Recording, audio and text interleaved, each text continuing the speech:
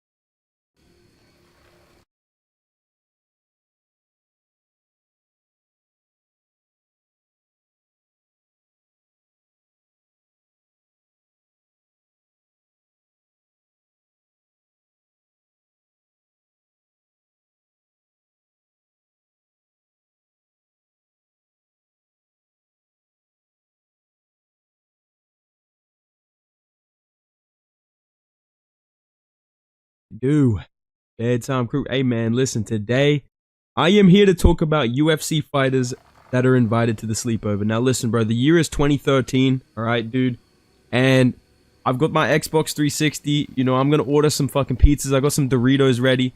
This video is gonna be determining who would be the best people to invite, who would be the worst people to invite. And before you comment on the thumbnail, I got you, bro. I'm not putting Tracy Cortez, I'm not putting Mackenzie Dern on this video. If they came over, I would literally be non-verbal.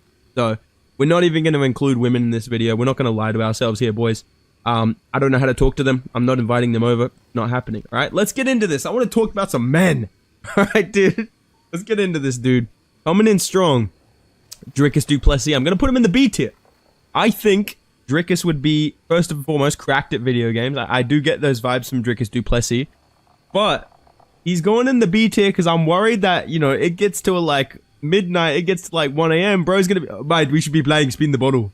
Mate, I'm bored of playing Xbox. I think we should play Spin the Bottle. Like, he's really insistent on playing Spin the Bottle for some reason. You know what I'm saying? He's the type of guy, he's gonna be screaming and yelling. My mum comes in, mate, I wasn't yelling at all. I don't know what you, yeah, bedtime, you need to be a bit quiet, mate. I don't know what he's talking about. Yeah, I'm very sorry about that, miss. I'd never yell. You'll never find a video of me yelling. So, listen, Dricus seems like a cool dude. I wouldn't be against the invite, but I would be a little bit hesitant, you know, just because I believe his gaslighting characteristics may come out. And like I said, he may make it a bit weird, bro. You know what I'm saying?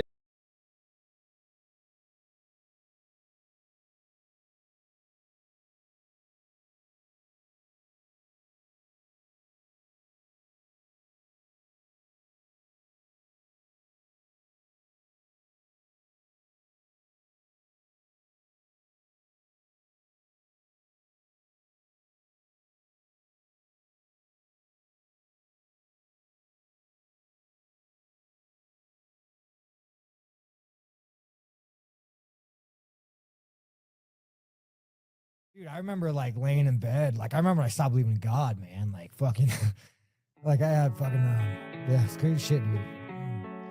Crazy shit, man. Yeah. Yeah, I'm sorry, bud. So, I'm sorry, buddy. it's all good, dude. What do you do? Bedtime crew. Hey man, listen, today I'm here to talk about why I think Dricus du Plessis is the villain in this situation, in his beef with Sean Strickland. So if you don't know, Sean Strickland recently went on Theo Von's podcast and talked about his past trauma with his dad and all this stuff that got brought up by Dricus du Plessis. He wasn't crying because of Dricus saying it, but it came up in conversation because of that. Bro, why are you so angry? Bro, you think your dad beat the shit out of you? Your dad doesn't have shit on me. I'm gonna show you what it's like to beat you. I mean, every childhood memory you have is gonna come back when I'm in there with you. Every single one, the one where you lie in bed at night, where your dad comes in and he beats the shit out of you. And he started reliving those memories, and he started crying about it. And a lot of people are kind of fucking with it. A lot of people are saying it's a crazy, you know, like it's a cool thing to see, I guess, from a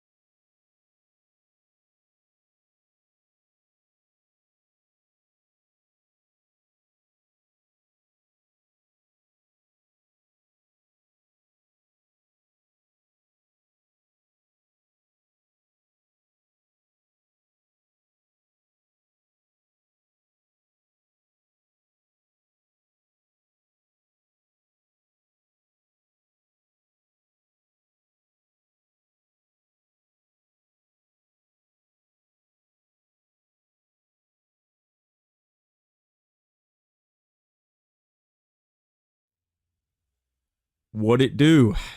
Bedtime crew. Hey man, listen. I am here to do my recap, my reactions, my thoughts on UFC 312. This event just wrapped up, and there's no other way to put this. These were very great fights, especially the prelims leading up to the co-main and main event, which were two very high-level performances from Dricus du Plessis and Weili Zhang. But there's only one thing that I'm getting in my DMs. Oh, bedtime, how good was cut? No, dude. This was a bedtime MMA picks disaster class. This was one of my worst performances of all time.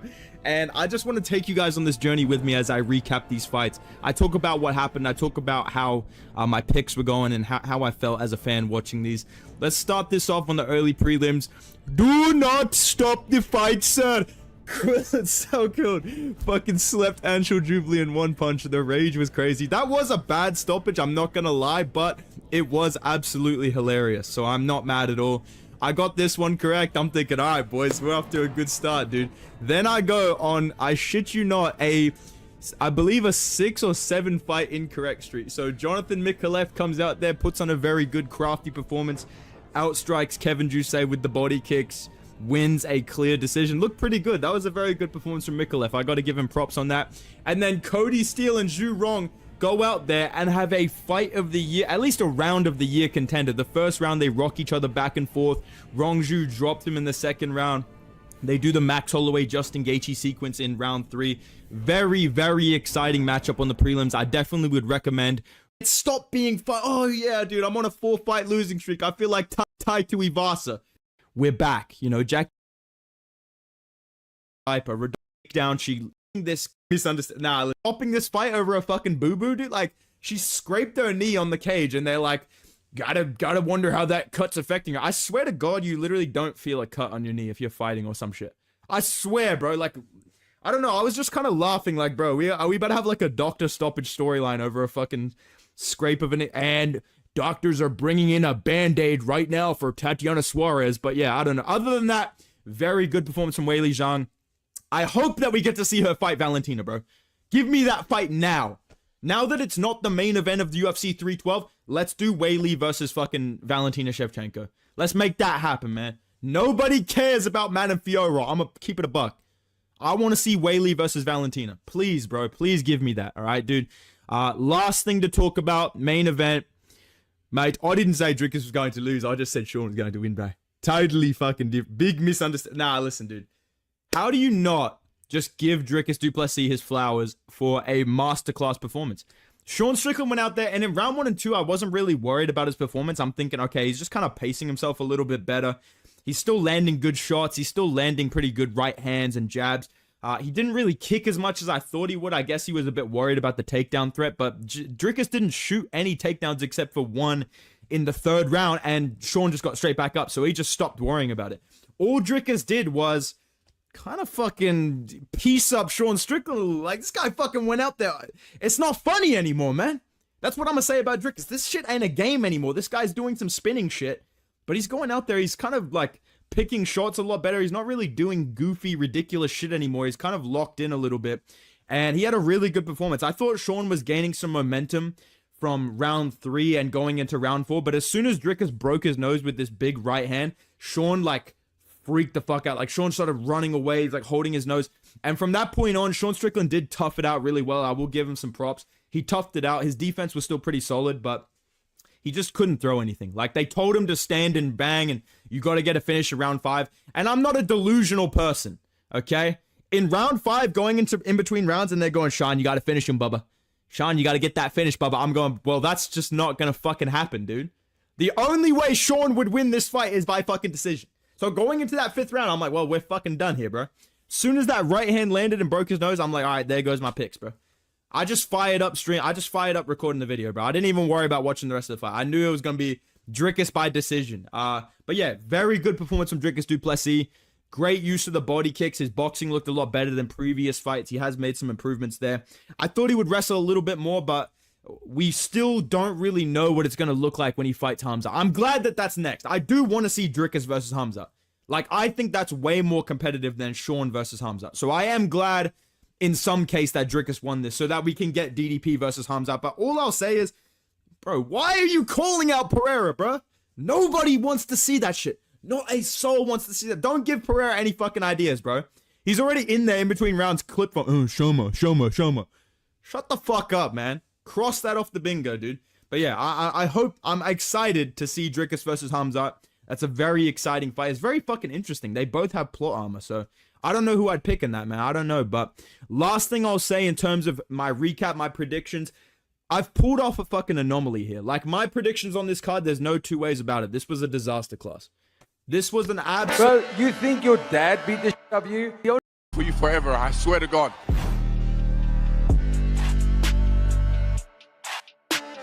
They say words cut deeper than a knife, and Drickus du Plessis is living proof. Some call him the most effective trash talker in the game. So let's dive into his most ruthless and brutal trash talk moments. Enjoy. He's my son at the end of the day. Well, maybe you can give me some attention. I watched that countdown show. Obviously, your own son hasn't been getting too much attention. What? Your own son hasn't been getting too much attention, so maybe you can give me some attention. Talk again. Say that again. I just did. I said, maybe you can be a better daddy to me than to your own son. That would be great. You are not world championship material. You won by fluke, and that's the one thing, I won by the highest point bro. in your life. I want my fucking walk through Izzy, and I'm gonna walk through you, you motherfucker. You didn't even finish him. That's not walking Calm down, through somebody. my brother. Calm down. You know how you walk through somebody? You knock them out. That you get the ref to say, stop. You are going to kill this man. You don't let a judge decide you're winning the fight. I make the choice if I'm winning just the understand. fight. That's what a man does. Way out. I took Try to finish a fight. When did I become the underdog? You know, it's a pick'em. It's very... Nobody said anything about dogs, bro. Chill out. Better shut the fuck up before I go get my coach's taser as well. Save your balls. 33% Off the finish rate. couch doing nothing. I went and beat the best striker in the world. Like I said, that's the height of your career. You will always remember that fight. Go your coach, you fat.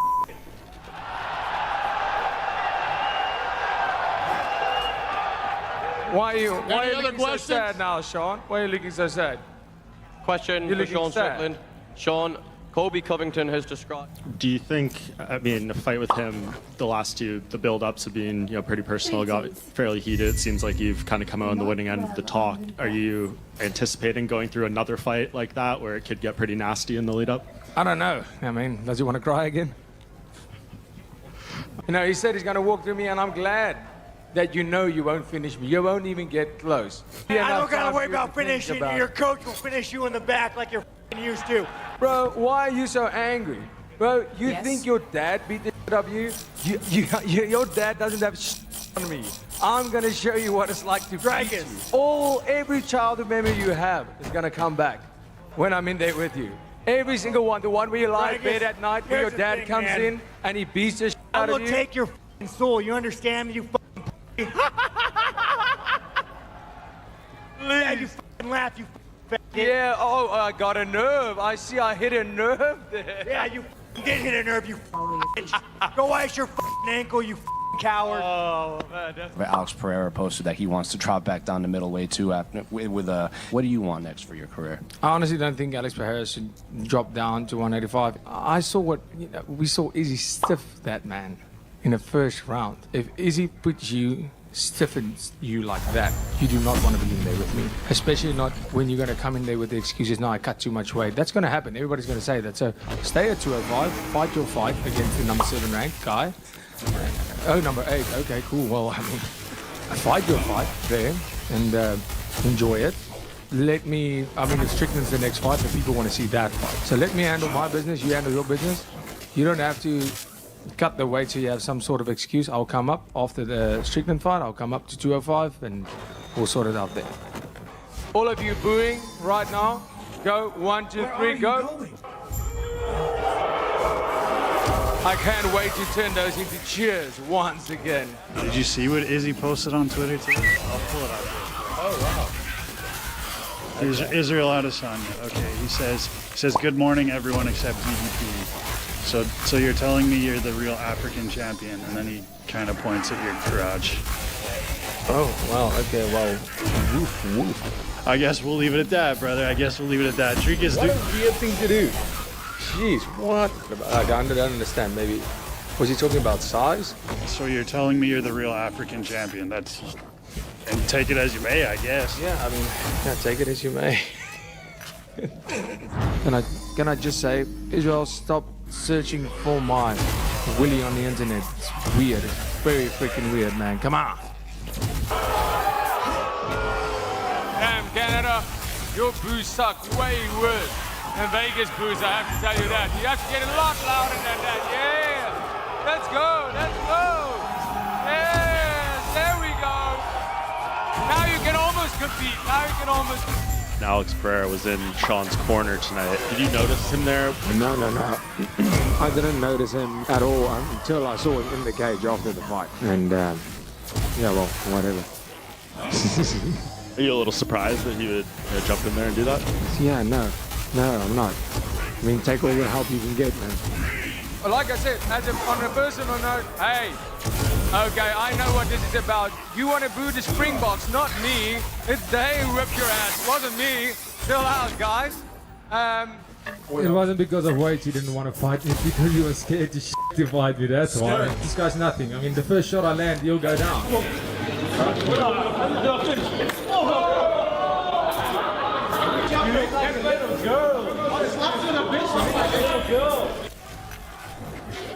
I was scared of who? Yeah, I was scared after knocking out Robert Whittaker. You're definitely right. Is there anything you want to say to him about that? Oh, yeah. The photo he got, I'm assuming it came from his For You page because it was me as a teenager. So searching naked teen boys, if that's on your search engine, man, you need to check that out. That wasn't me. That was my... Somebody's mad. It must have been cold that morning. Don't worry about it. The authorities that should be worried, not me, man. I saw Darren Till had some advice for Izzy for the fight. Your reaction to that, and did you get a chance to see what he was saying? I mean, the man got taken down by a boxer.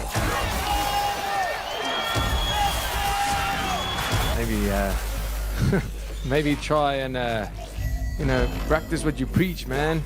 The man couldn't stop a single takedown. The man said he won 2 rounds. He didn't win 2 rounds. He's crazy. I finished him, outstruck him, took him down, finished him in the 3rd round. He says he won the 1st round. I outstruck him 61 strikes to 0. And there was 20 seconds left. That's crazy stats. Yeah, he got me in that 2nd round until I got a take. I don't even know why we started discussing this. I mean, the man's in a downward spiral, and hopefully this coaching gig works out for him. But what I saw in terms of how easy it would be to beat me, why didn't he do it? So easy to see. Why didn't he do it? On Tuesday, I'm going back to Nigeria.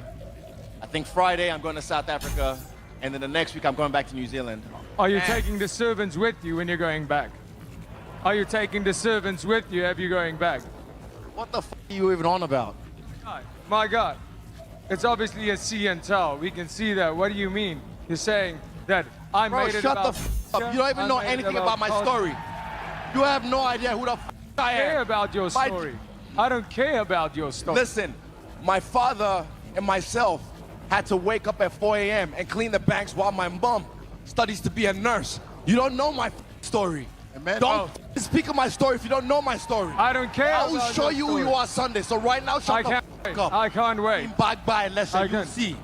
He touched the subject there because I do this for my family. I do this for the people I love, and I'll fight for you forever. I swear to God. Sunday, I'm gonna f***ing kill your dreams, bitch. I wanna f***ing kill your dreams. And in Perth, I remember after you beat Israel, you walked by Media Row and you looked at all of us and you said, everyone that picked against me, haha, you look like dumbasses now. That is actual. I'm just curious, like, do you pay attention to that? Like the people that do pick against you or have criticisms of you, or is it just like out of sight, out of mind? No, I don't pay attention to that. I just don't miss anything. I see it. I know it. But it doesn't make any difference to me. It's just fun to make fun of people that picked the wrong side. What, on a personal note, I don't know Israel Adesanya. What he says, I don't like. And, the way he approached this whole thing, this whole fight that was busy being made, I don't like it at all. When it comes to you as a fighter, the man is great. He's done great things. It's just time for me to take over like I have, and that's why I'm champion of the world. So I beat Strickland, I beat Whitaker, and I beat Adesanya. I can't wait to see. I haven't been on social media. I can't wait to see what the critics say now.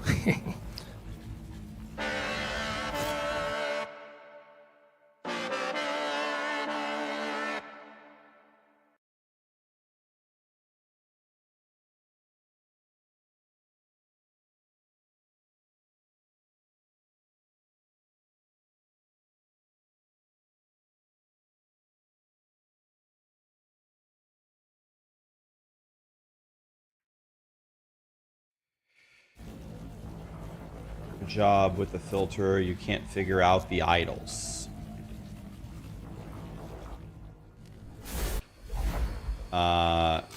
What can't you figure out about the idols? What's confusing you about it? All you do is add your class specific ones, right? The rest of it is automatically happens.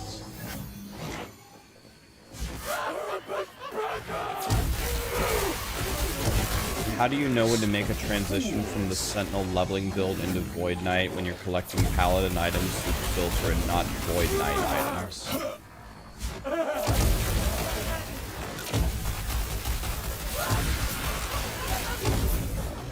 Okay, I don't understand the second part.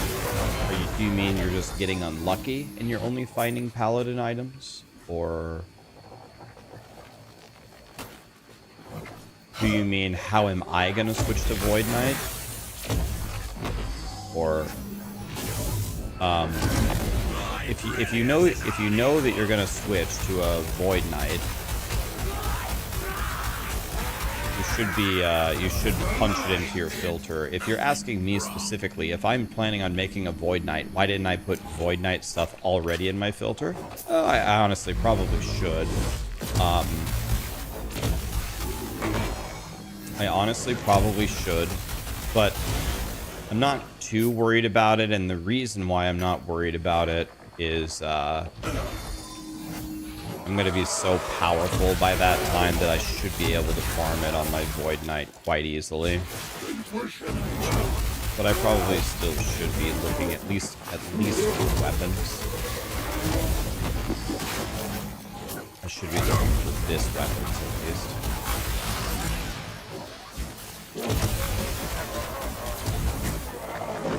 Set up your filter, the loot is sparse, but that's what I chose thanks to that. That's the entire point of it, right? Like, the whole idea is to remove the dog shit loot. That way you can keep killing. I want you to be killing. I don't want you to be picking up loot that's bad. If you configured the loot filter correctly, and you're barely seeing loot, and the loot that you're seeing is actually quite valuable, that means it's working perfectly, right? If you're seeing shit all over the ground, there's something wrong. That's exactly what we wanted to have. Like, look, I've ran like 4 echoes. Look at my inventory. It looks perfect. I only want to go to my inventory, or my stash, like, once every 5 echoes or something.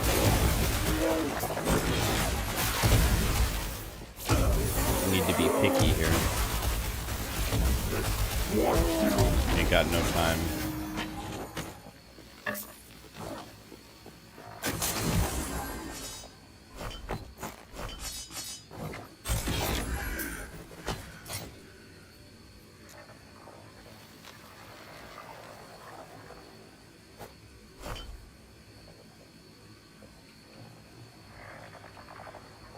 You can't find a tier 5 reduced channel thing for your helmet. Can you just craft it on a helmet? Is that something you can craft? Tier 5 is craftable, isn't it?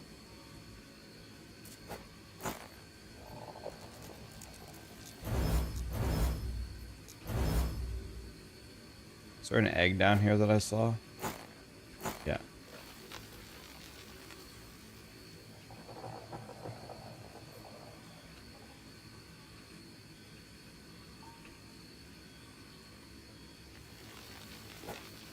I don't really want any of this stuff.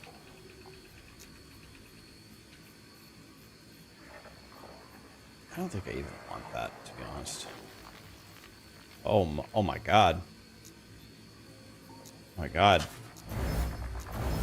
Wait, why did so much stuff drop there?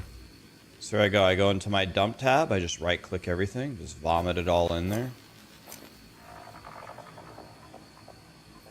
Then I can take all of this out and then no thinking.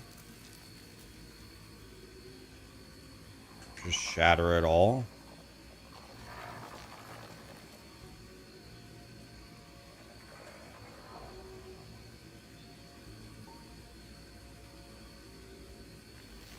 Not even looking at what it is, just shatter it all. Removal on the blues. No thinking required.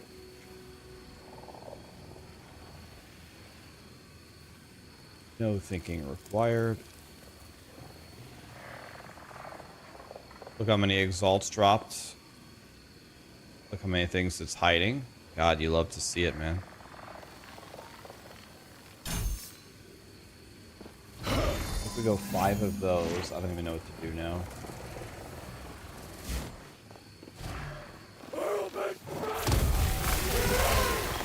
Let's go,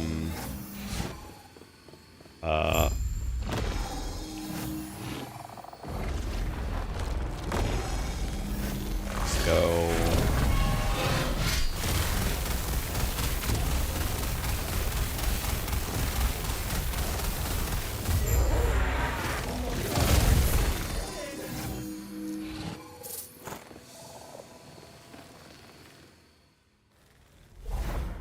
Let's look at the passives here. So now we need 5 of these. Very nice, very nice. Okay, it's almost time for a boss fight here.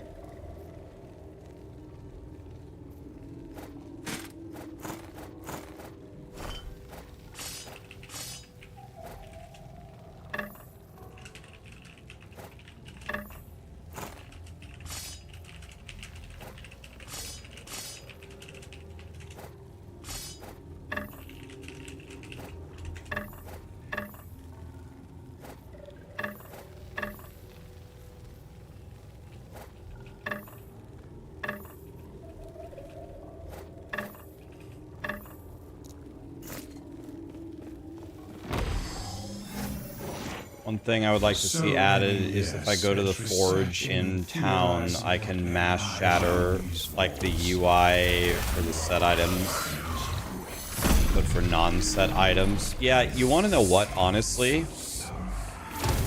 One question that I would have for the last Epoch team is, are runes of shatter really necessary? Like, can I just shatter the shit that I don't want?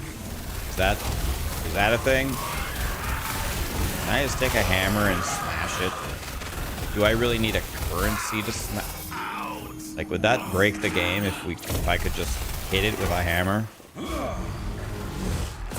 Like I'm asking that honestly. We have to actually think about it. Like, would that break it? I don't know. I would really like to just hit it with a hammer if I could.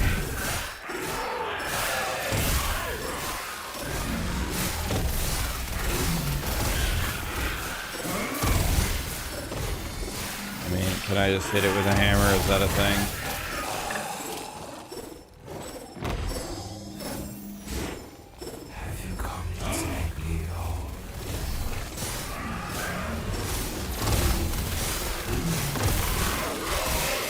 They are a gold sink. Kind of. I mean, I don't think people really buy them in the end game. Do you guys?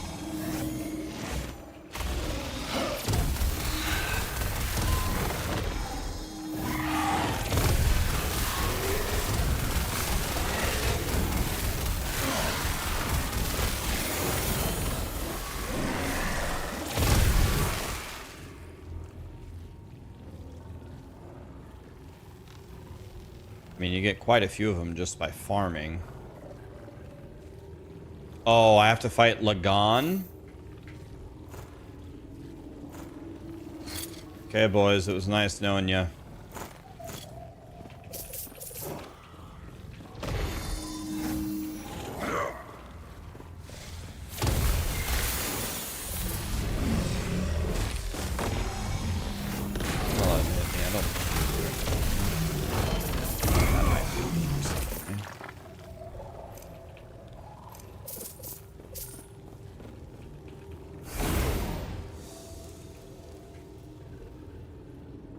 Is this always a timer, or if you kill the tentacles, it doesn't seem to ever go faster no matter what you do. Yes.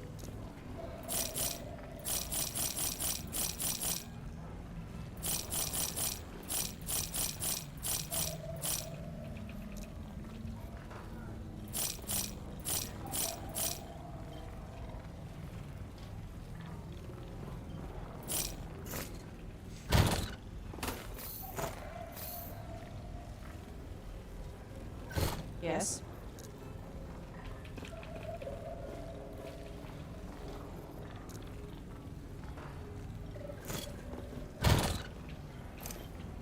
Follow your feet. Hey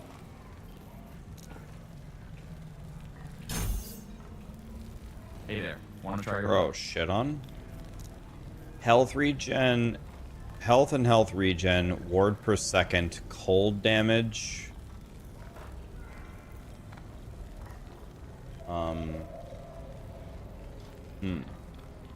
Want to go again? It's health and health regen, okay.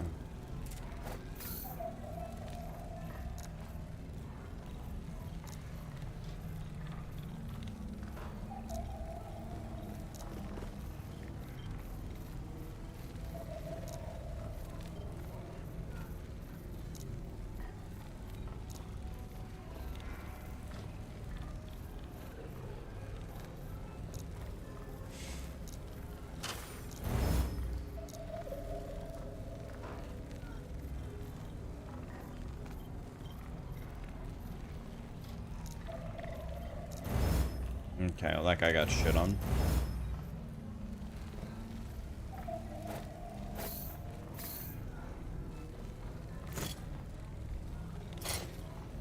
You may find a treasure, my friend. Okay, now it's telling me...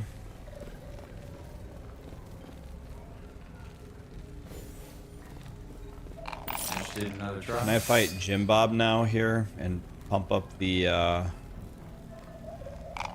Maybe it'll help you along the way. Not bad. So if I do this one... That's a winner. This one, I guess.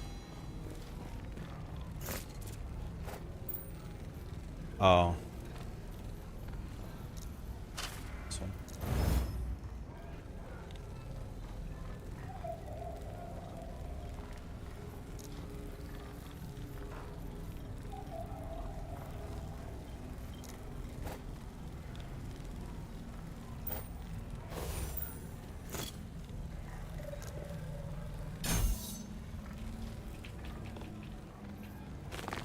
Oh.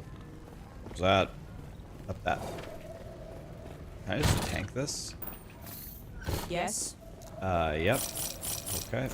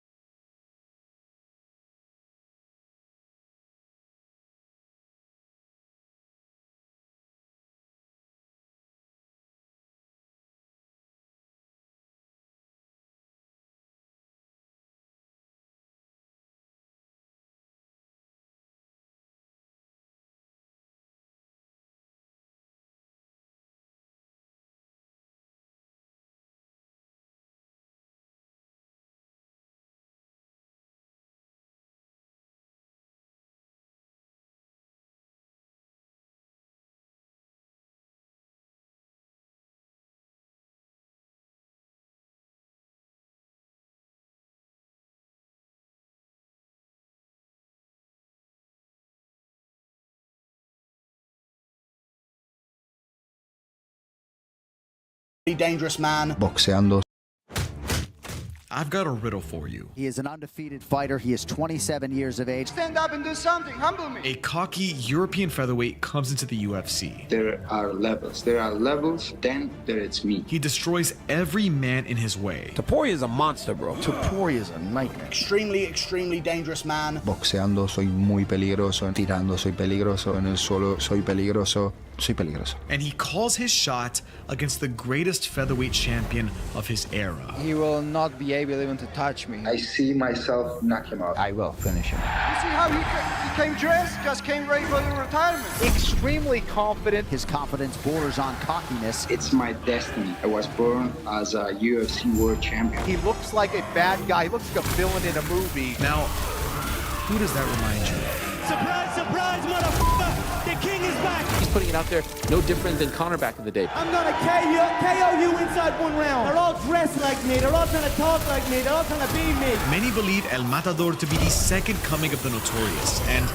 you can't deny the resemblance. With the belt, and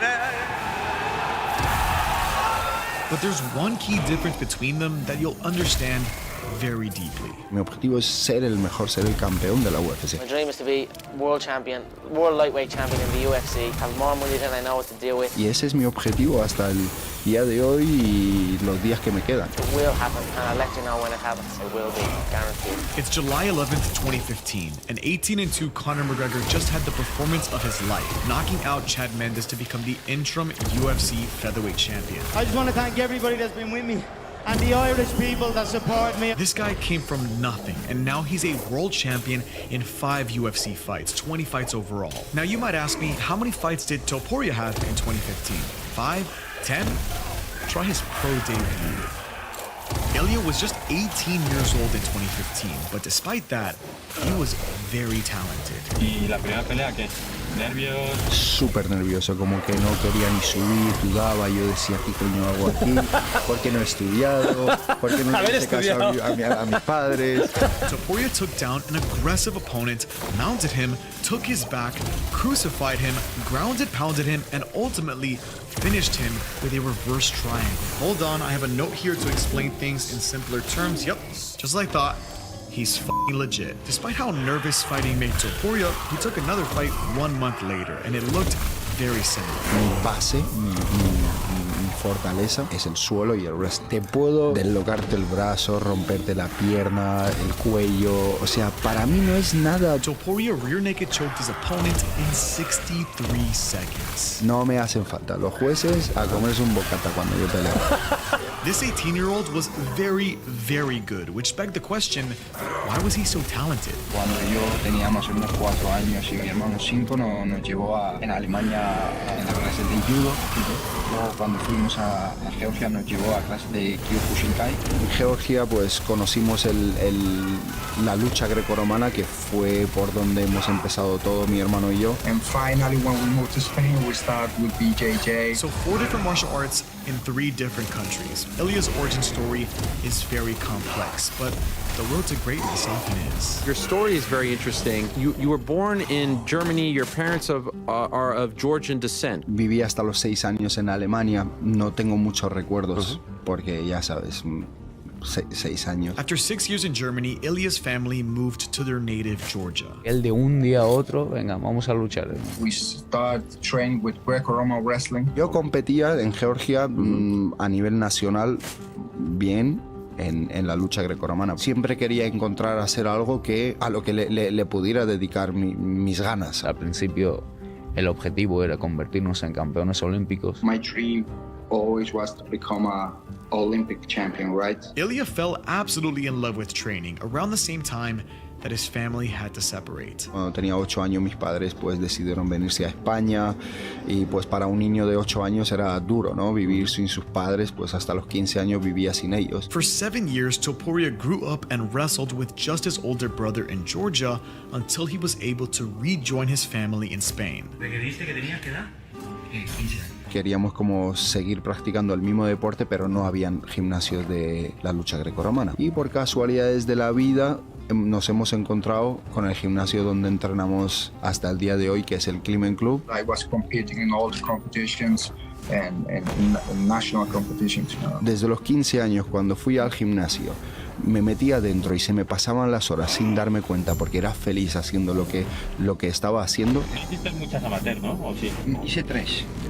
Gané las 3 en el primer asalto. And who was your first favorite fighter? Like, who was the one that kind of drew you to the UFC and MMA? GSP. Oh, yeah? GSP. Yeah. Man. Yeah. When he was the first man, I was thinking, I want to be like him. Y al final cuando entrenaba después dije, pero ¿por qué no me dedico y hago al 100% esto? Y eso se convirtió en España en de campeones olímpicos a ser campeones de la UFC. In school, it must have been hard, right? Early on, communicating with the teachers, the kids. Yes, but I left the school when I was like 15 years old. Oh, what do you mean? You didn't go to school? Mi hermano y yo teníamos 16, 15 años más o menos. Le hemos dicho a mi padre, mira, no queremos ir al instituto más, nos queremos dedicar a esto. And he told me, like, if you're really gonna train all the time and like you tell me, you have my approval. Wow. Look, I'm not sure it's a good idea to abandon your education like Ilia Topuria or Tito Ortiz. I came in here 110% mental. That's about 100% of this game. The rest is physical. It's definitely not something I'd recommend, but you can't deny the results. Hola, soy Ilia Topuria. Voy a pelear el día 7 de mayo en el Mixed Fight. Voy a pelear contra Daniel Vázquez y vamos a dar una buena guerra. Estoy muy preparado y con muchas ganas de pelear. Os invito a todos. Spoiler alert, it was not a war. Topuria scored his 3rd straight first-round professional victory by taking down Vázquez and rear naked choking him. Topuria fights like he bet the house on a first-round finish, but that trend was unsustainable. ¿Tienes algún combate que haya pasado el primer asalto? Sí, tengo. ¿Cuál fue? Contra John Guarín. Topuria was almost naively overzealous against Guarín. He put on a relentless pace, chaining together many submission attempts, including arm bars, guillotines, and short chokes. Don't get me wrong, it was impressive, but he ended up on the bottom for his carelessness, and he almost got submitted himself. He was clearly getting tired, but ultimately, he found that guillotine in the 2nd round to become the MFE champion. It was a good experience that tested his limits and solidified that Topuria was the best featherweight that Spain had to offer. After 4 MMA fights, Ilia Topuria participated in an unreleased Spanish reality MMA show similar to The Ultimate Fighter. No ha salido en ningún lado, ¿no? En ningún lado. Hice 3 peleas, gané las 3 peleas en el primer asalto. Ilia did the show to gain more star power in Europe outside of Spain. You don't hear of a lot of people coming out of Spain in mixed martial arts. ¿Por qué no se habla más de ti en el mundo este de vale todo en España cuando eres un tipo que no ha perdido todavía una pelea? But the show completely fell apart, and no one even knows that it happened. But it put Ilia in the right mindset to find his own opportunities. Ilia temporarily ventured to Alexander Gustafsson's gym in Sweden, and after they observed his skills, a manager signed him on and began looking for fights that would turn him into an international threat. Viene de su pelea en Finlandia, la verdad es que espectacular. Mika Hamalinian, who was 8-1 at the time. No te duró nada, ¿no? Tu oponente. Rápido, finiquitado. Empecé la pelea tirando un poco manos, daba jab. Ya en la esquina me dijo que ya estaba respirando con la boca abierta, que ya estaba empezando a cansar, y subimos un poco la presión, entonces ya quería empezar a disfrutar. Y cuando le pegué la guillotina, en un momento, por un segundo, se me pasó por la cabeza soltarle y seguir pegándole, pero dije, no, ya acabó. Finiquitado y ya está. 3 minutos. Ha durado lo mismo que han durado los demás. Topuria completely shut out Mika Hamalinen in a performance that not only earned him his BJJ black belt, I become a BJJ black belt with 21 years old. Somos los primeros cristianos que entran en negro de Qué fuerte, tío. Historia. But it also gained him significant notoriety in Finland, to the point that he and others believed he was ready for the UFC. Pienso y creo que voy a estar al final del 2018 en la UFC. Ahora, que no vaya a estar, será el año que viene, pero es lo que yo realmente pienso. Yo pensaba y estaba segurísimo que iba a pelear en la UFC. Yo a la gente le decía... Tengo 21 años, pero yo tengo todo para estar en la UFC. Tengo las ganas, tengo la edad, tengo el equipo, tengo la familia, tengo todo para estar en la UFC. Yo podría estar peleando ahora mismo en la UFC y podría estar peleando en el top. En el top, además. Sí. And speaking of the top, he had a firm opinion on a certain Irishman. A mí me gusta McGregor, pero yo nunca he dicho que me gustaba su personalidad como fuera de las MMAs. No. Keep in mind that at this point, Conor McGregor had already knocked out both Jose Aldo and Eddie Alvarez to become the UFC's first simultaneous double champion, and had a pretty under-the-radar boxing match against Floyd Mayweather.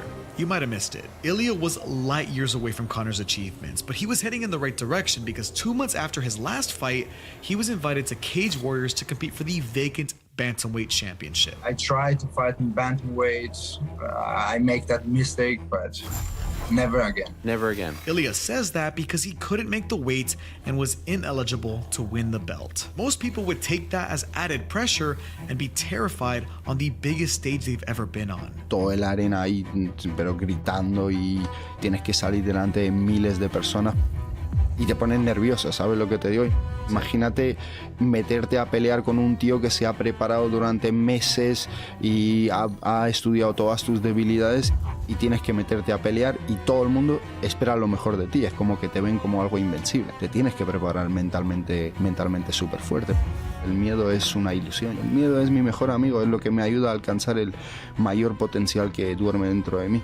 El mayor miedo. Sí. No poder ver la mejor versión de mí mismo. ¿A qué otra cosa? No hay ni una duda que viva dentro de mí. Yo sé que voy a ganar. Muchísimos nervios. Muchísimos. A ver, estás nervioso, pero súper confiado. He's out. He's out. It's over. Wow. Ilya Topuria chokes out Brian Boulon in the first round. Just over a minute and a half is all it took. I mean, Ilya was putting that black belt to use. Case in point, his next fight was another dominant performance where he took Luis Gomez down, grounded, pounded Gomez like he owed him money, and then submitted him with a mounted triangle armbar. At 1 minute and 15 seconds of the very first round. Look, dominating your opponents pre-UFC is a sign of potential greatness. But when you only showcase a grappling skill set and you've never faced adversity in the cage, it's hard to know how far you can go. ¿Cómo fue la pelea? Porque yo vi que en la pelea ha sido un poquito más difícil que otras peleas que has tenido, ¿no? Veo ahí una patada que ya tiene mérito llegar y conectó. ¿Cómo sentiste la patada? A ver, nunca te sienta bien un bate en la cara, ¿no? Tenía mi brazo arriba, pero me rozó aquí en la cabeza. A ver, recibo el golpe, caigo al suelo. Pero de repente dije, ya no te puedes quedar abajo, porque si me quedo abajo y le dejo que él me domine, la sensación que uno siente cuando lo tiene al otro en knockdown es algo que te hace crecer mucho. Entonces no le podía dar esa ventaja, le tenía que tirar y dominarlo en el suelo. Topuria not only recovered, but he attempted an anaconda choke, guillotine, and even went fishing for a darce, all in the first round. But it wasn't working. Bueno, en el suelo no, pues ahora vamos de pie. What does everyone say about Ilya Topuria? No es el pegarte un golpe, no, es crear huecos, es como te provoco. They say, don't let him back you up against the fence. Don't let him throw a barrage of punches. Es todo mental, ¿sabes? Es como un partido de ajedrez que yo voy preparando, te voy engañando. His power, his speed. Don't let him trap you there. No te tiro un jab abajo, te tiro otro y el tercero es un jab abajo y una derecha arriba. Ilya scored his first professional knockout and 7th first-round finish after tremendous adversity. Hay otros que comen la misma patada y duermen. And I'm sure a kick like that will never happen again. But in all seriousness, Topuria was now 8-0 and was very confident he was UFC material. ¿Te piensas el mejor de España ahora mismo, de libra por libra? Por supuesto que soy. ¿De Europa? No, ahora mismo no sé. Aunque dentro de mí yo pienso que soy el mejor. Ahora mismo no lo he demostrado, como por ejemplo en España yo pienso que lo he demostrado. Y en Europa hay gente, rusos y todos que hasta el momento han demostrado más que yo. Entonces todavía mantengo mis pies en la tierra y lo demostraré. Yo no solo pienso que soy el mejor de Europa, pienso que soy el mejor del mundo. Solo necesito un poco más de tiempo para demostrarlo. Me quedaban 2 peleas más en el contrato, pero dije, mira, si yo consigo salirme del contrato, sé que la UFC me va a firmar. Topuria was right. He got out of that contract and the UFC signed him. But remember, this was during a certain pandemic, so the UFC called him back while he so happened to have that virus. Me llaman y me dicen que si el mismo día de que tenía el vuelo para ir a Estados Unidos quería pelear en la UFC, pero en Abu Dhabi, en 8 días. I test positive like 10 days before the fight. And they called me. Y dije, mira, las oportunidades no te vienen todos los días y menos así, ¿sabes? And I test myself like 5 days after, and I test negative, you know. And I didn't say anything. Soy el mejor del mundo, pelea con todos. Esto es mi sueño y me da igual que tenga 8 días, yo voy a aprovechar mi oportunidad. Y ahí empezó toda la historia. Accepting your first UFC fight while sick and on 8 days notice is practically negligent. And that's coming from me, a guy who's outside with a vicious, leashless dog ready to bite someone. All right, have fun. And then there's me, a guy peacefully enjoying his day knowing that if I get hurt, America's largest injury law firm just might have my back. Oh, hey there, little puppy. When you get hurt, you deserve to have the best on your side. I mean, Ilia Topuria has not competed in 2020, period. He has taken this fight on a week's notice. He is undersized. He's fought for Cage Warriors, he's fought for Brave CF. I think Yusuf Zalal is a little bit too quick on the feet in the first round to get finished quickly here. No es que sé que voy a pelear en la UFC, mi objetivo no es llegar a la UFC porque yo sé que voy a llegar. Beat some good guys, dominated some good guys as well, has a bunch of quick finishes in his career, 23 years of age. These are two young guns going at it. This is not an easy fight for Yusuf Zalal. What is that like to be on the UFC's page, giant picture of you, UFC saying this guy's gonna break out, you need to watch him? I'm so happy for Yusuf Zalal. He's taking on a savage though, in Ilia Topuria, who's very good. Very, very good. Mi objetivo es ser el mejor, ser el campeón de la UFC. If this was on a full camp, I probably would pick Ilia Topuria. It is two completely different fighters though, for sure. You know, it's like I get a world champ kickboxer in Korea, and then they give me a guy who's a brawler straight to a wrestler, you know, so it's like it's a completely different fight style. I'm gonna go with Yusuf Zalal getting it done. And with all that context, Yusuf Zalal should be the favorite. Yo siempre digo que en esos momentos antes de salir a pelear, es como una confesión que tienes contigo mismo. Zalal moves a lot. He throws a lot of crazy stuff himself. He's very fast for the division. He's got good cardio. Empiezas a recordar todo el camino que has tenido que recorrer para llegar hasta el punto donde te encuentras en ese momento y si te mereces la victoria o no. He's got a great style. He was just cycling between submissions against Yusuf Zalal.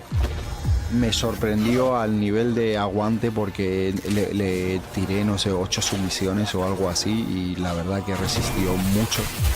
Siempre, cada vez que llego en mis combates, es como que hice lo necesario para merecerme la victoria. Yusuf Zalal looked like absolute shit. He looked terrible. Ilia Topuria came out there and literally outgrinded Yusuf Zalal for a win on very, very short notice. I don't think Zalal looked like, and I want to get this right, absolute shit that night. I just think Topuria is that good that he could overwhelm and smother a rising UFC prospect on 8 days' notice to his first decision victory. Not to mention, he had COVID right before, but it didn't matter. He didn't make an impression on the fans, so Topuria returned to the cage just 2 months later. Damon Jackson versus Ilia Topuria, or Ilia Topuria versus Damon Jackson, as it should be said.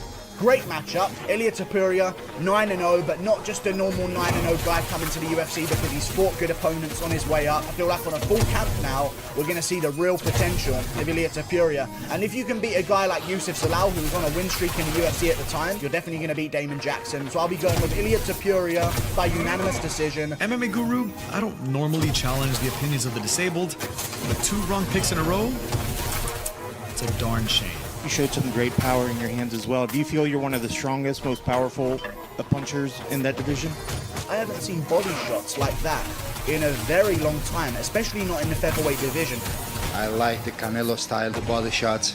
And for this fight especially, I train a lot of boxing. Ilia Topuria was tearing apart Jackson's liver and body while maintaining perfect boxing fundamentals. The game plan was to hurt him in stand-up, and I was knowing that when he was get hurt, he will start to search for the takedown. And I was ready for that. Landed good body shots, eventually started going upstairs afterwards once Damon Jackson was hurt to the body and just lit him up in that first round. Set up the headshot, it's all over. Ilia Topuria like a tree. Topuria just destroyed him, annihilated him in that fight. It was an amazing performance. I'm young, I have a lot of things for improve, and I'm the next champion, you know. And apparently Ilya Topuria is going to be a real problem in that division. What are some of the names that are on your radar that you would like to challenge yourself with in the cage? The only man who means something for me, it's the man who has the belt, you know. I don't care about anyone else. Topuria acquired his first UFC finish, finally giving UFC fans the Matador, El Matador. The only question was, could he lure his next bull to slaughter? Ryan Hall versus Ilya Topuria takes place this weekend on the prelims of UFC 264. I think Ilya's a great opponent. He's very tough. You know, he brings a lot of skills to the table. He's a good grappler, of course he is. He's a nice professional, but for me, nothing special. I'm absolutely one of the best grapplers, the best grappler in MMA. Ryan Hall, always going to be dangerous. He's not so good like everyone is talking about. Ilya Topuria was facing Ryan Hall, a leg lock specialist and jiu-jitsu master who'd never lost in the UFC. But Ilya did not care. He's highly touted on the ground, but if the fight is standing, does he present any dangers on the feet? Man, come on. He's very bad in striking. I haven't been outstruck in any of my fights, and that doesn't mean that that's impossible, but there's this continuing narrative that I'm not a good striker. He don't has a knockout power.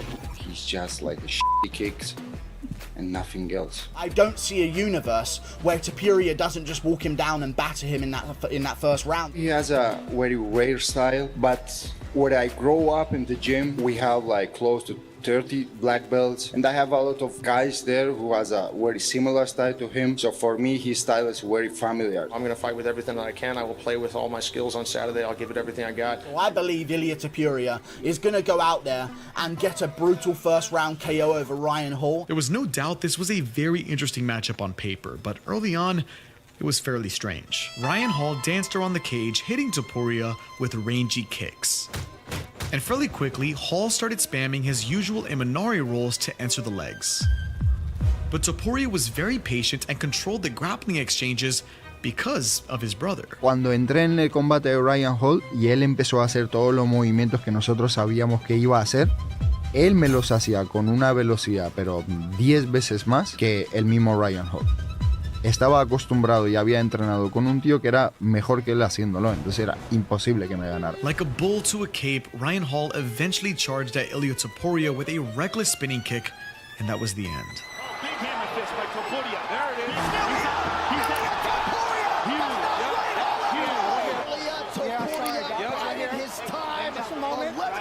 Congratulations on a huge victory against a guy who's incredibly awkward that most people don't want to fight. Your last two fights have been incredible.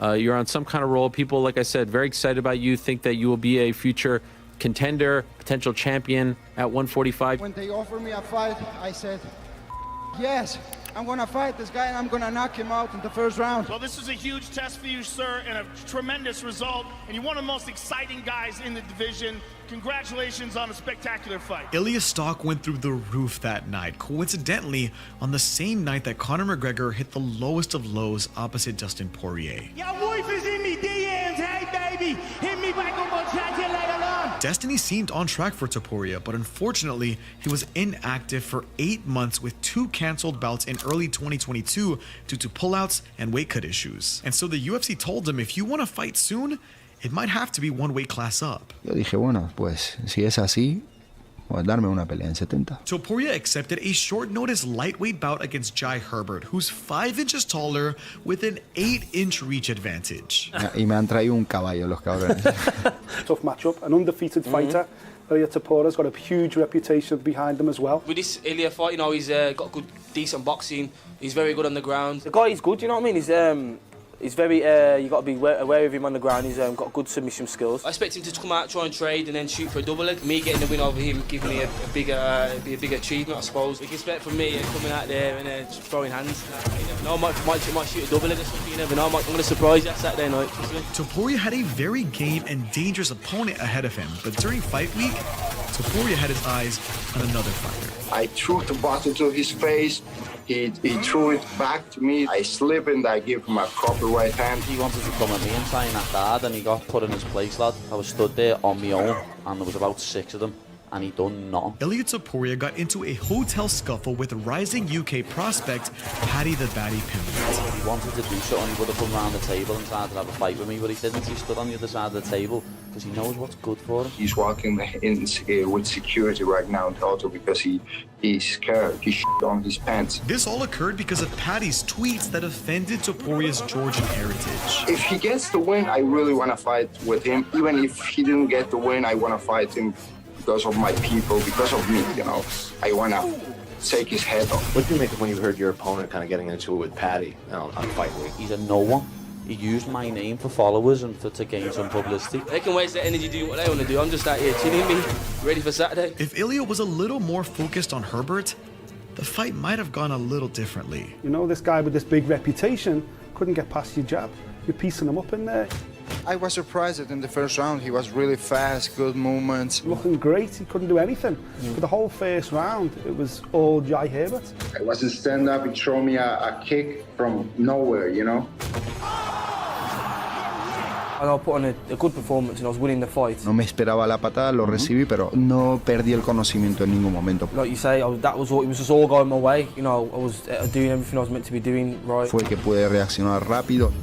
Shot in against me against the cage, you know, and then got up and then I defended the takedown again. Like he wasn't, like that wasn't going his way. We had to change the game plan. I had to pressure him in striking and put him a combinations.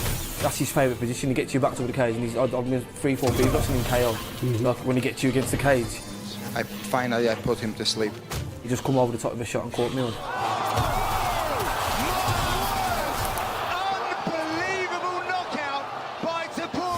The game plan was simple, come in and take his head off. Sabes, también sé que puedo pelear en un peso, en el otro también puedo noquearte. We learned that Topuria can overcome tremendous adversity to showcase his fight IQ and deliver a vicious knockout. I really didn't expect to finish him in this way because the game plan was to take the fight to the ground, but we had to change the game plan. But we also learned that Topuria does not care about disrespecting you on home turf. You have a guy here, he's a Paddy Pimblett, win or lose, I wanna fight you next and kick like I did the last time. You, I want a blonde that Paddy.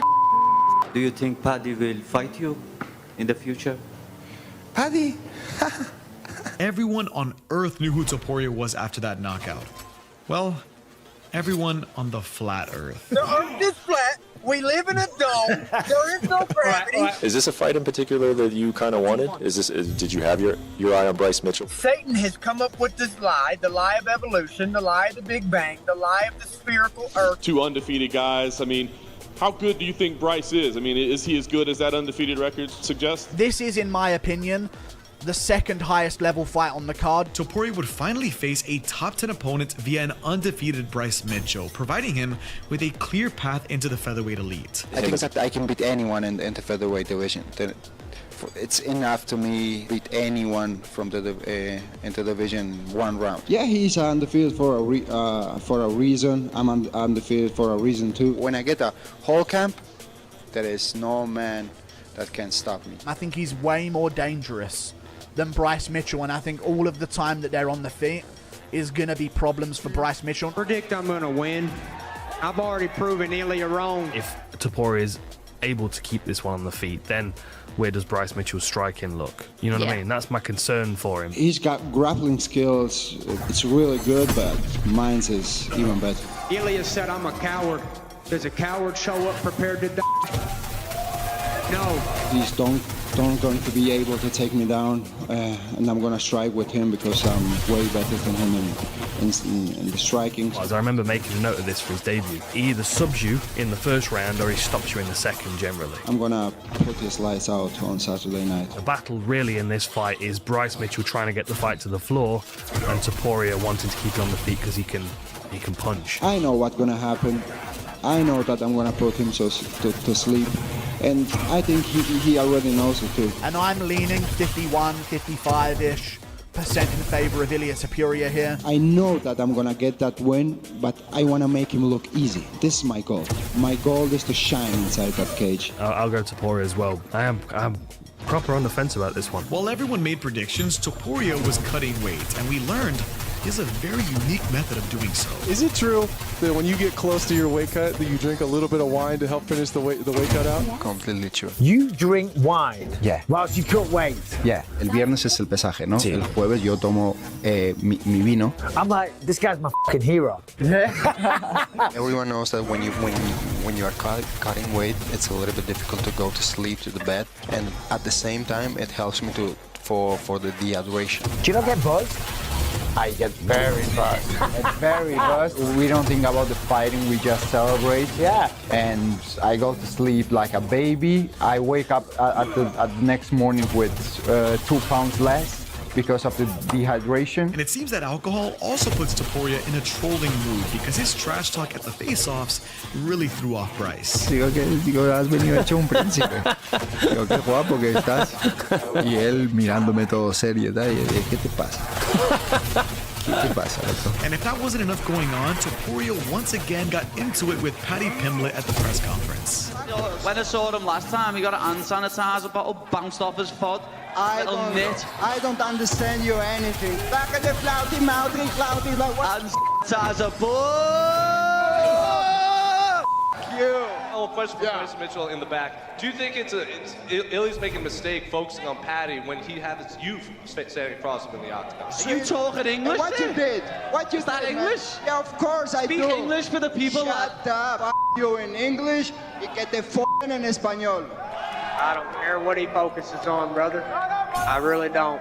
All I know is I'm showing up to whoop ass. If I got anything from that, it's that Bryce Mitchell was 100% ready to go in there and whoop Topuria's ass. I was not capable of kicking ass that night. Yo sabía que me intentaba derribar, ¿verdad? Entonces, si yo voy al cuerpo, no le doy la oportunidad que él cambie los niveles. If I could go back, Brett, I probably wouldn't have even shot a takedown.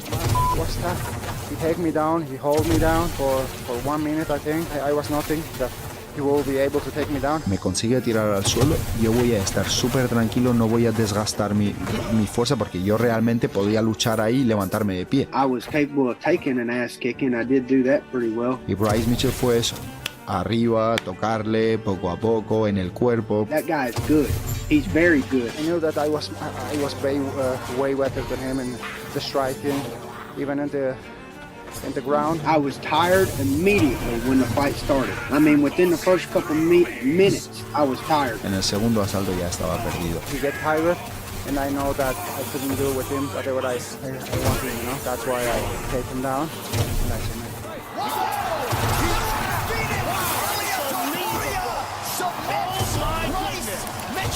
Wow! Oh my goodness. One of the most important, if not the most important, victory of your career. You came out guns blazing today. And not just with the stand-up, but finished this fight on the ground. You really sent a message tonight. My goal was to make him look easy, and this is what I did. I make him look easy. Did you say you were going to leave his head as flat as he thinks the earth is before this fight? And I did it. It really wasn't me out there. You know, I had the flu the week before. You know, I thought I'd just tough it out, and I didn't feel good at all. Did you see this video and what do you think of it?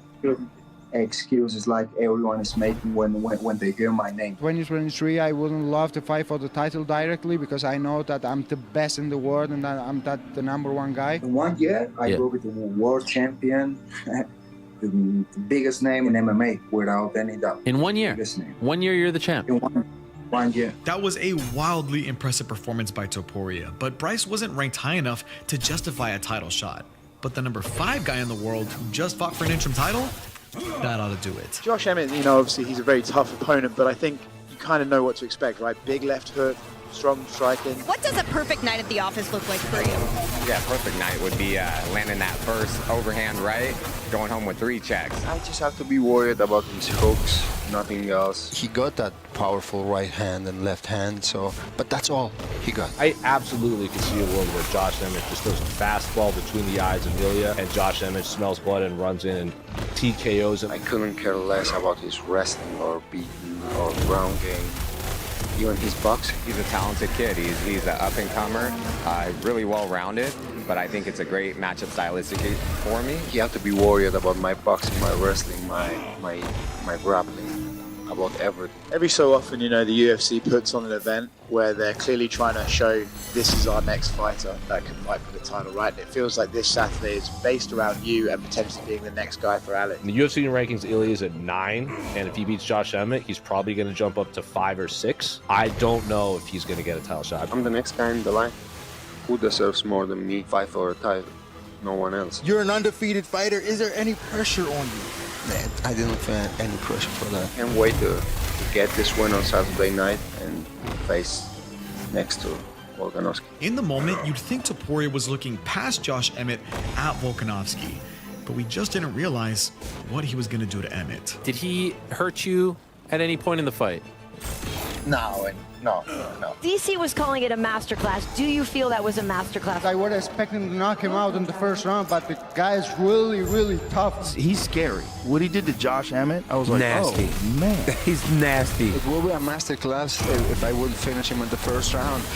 I never like to go to the distance. I had to just stay patient, punch him with the jabs, stay in the distance, and that was what I did. He was really tough. I don't know with how many punches I catch him, but the guy was really tough. I don't want to breeze past this fight, but there's really not much else to say. Topuria beat the crap out of Emmett for 5 straight rounds. Not only scoring 10-8 rounds, but a 10-7 round. Ilia Topuria wasn't just dominant, he was genuinely terrifying.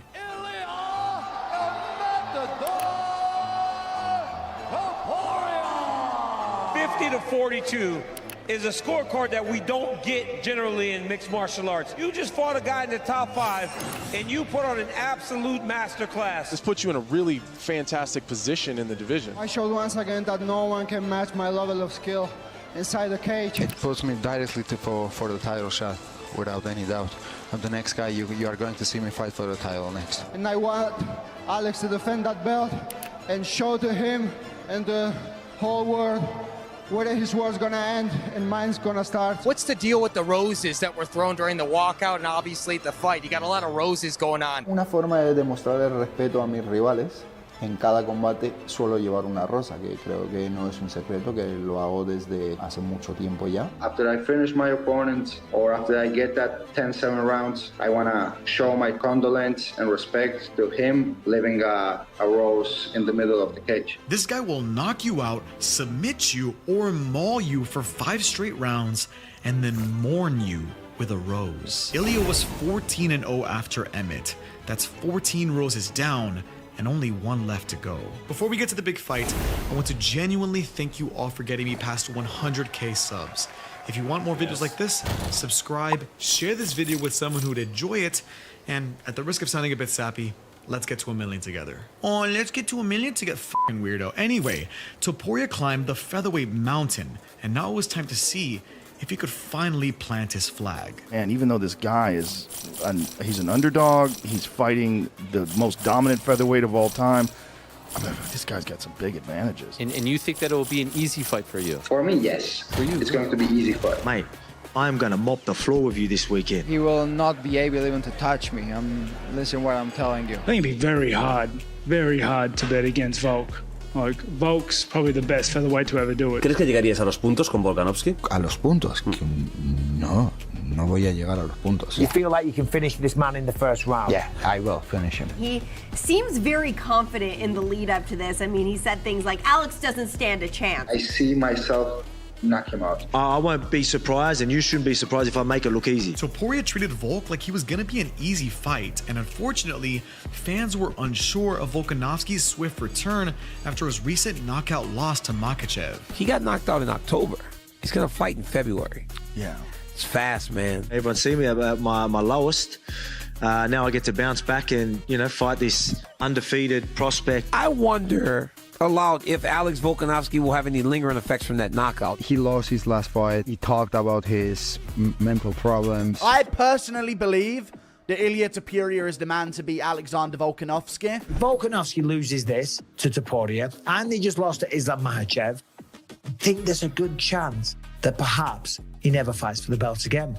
More importantly, it would signify the beginning of the end of his career. Do you think if you beat Alex, if all goes according to how when you beat him, as you would say, it would be immediate rematch? The way I'm going to beat him, they don't even want to ask me about the rematch. That button right here after getting knocked out, if Ilya touches it there again, it could be good night for both. Do you feel like this is the most counted out you've been so far in your career? As champion? Yeah. Yeah, probably. Yeah, I think so. And he kind of was counted out, in part because Volkanovski was now 35 years old, a historically losing age for UFC champions. And even though Volk leaned into it as a joke, it didn't make us any less nervous. You see how he came dressed? You already know what's gonna happen. You just came ready for the retirement. Look how you look. As an old man. Get a good spanking, that's what's gonna happen, hey? Everyone has a puncher's chance, and I'm always aware of that. I think the only way I ever lose in this division is someone catching me. I want him to realize that there is levels. I want him to be like, oh wow, you know, I'm nowhere near this level, which is going to be very embarrassing after all the talk he's been doing. There are levels. There are levels, then there is me. Topuria was so sure that Volkanovski was levels beneath him that he made his confidence very, very public. You're a special kind of confident. I think even in your bio on social media, it already says that you're a champion. Hasn't even fought Volkanovski yet. He's already got world champion, undefeated, 15-0. In his bio. A lot of people think his confidence borders on cockiness. Where's this confidence come from, man? From hard work and dedication. You know how hilarious it's going to be if he loses? Or how awesome this will look if he wins? I believe that he'll be getting taught a lesson, maybe a bit of humbling. He said he's gonna humble me. Stand up and do something. Humble me. Good on him, in a sense. You've got to be confident. You've got to back yourself. You're not saying it from an arrogant, cocky perspective. You're really not. I think that's been kind of like the media's kind of changed. Yeah, that. the media always changes everything. They can call it arrogance. I call it faith. I have trust in myself. Taking a photo with the belt and like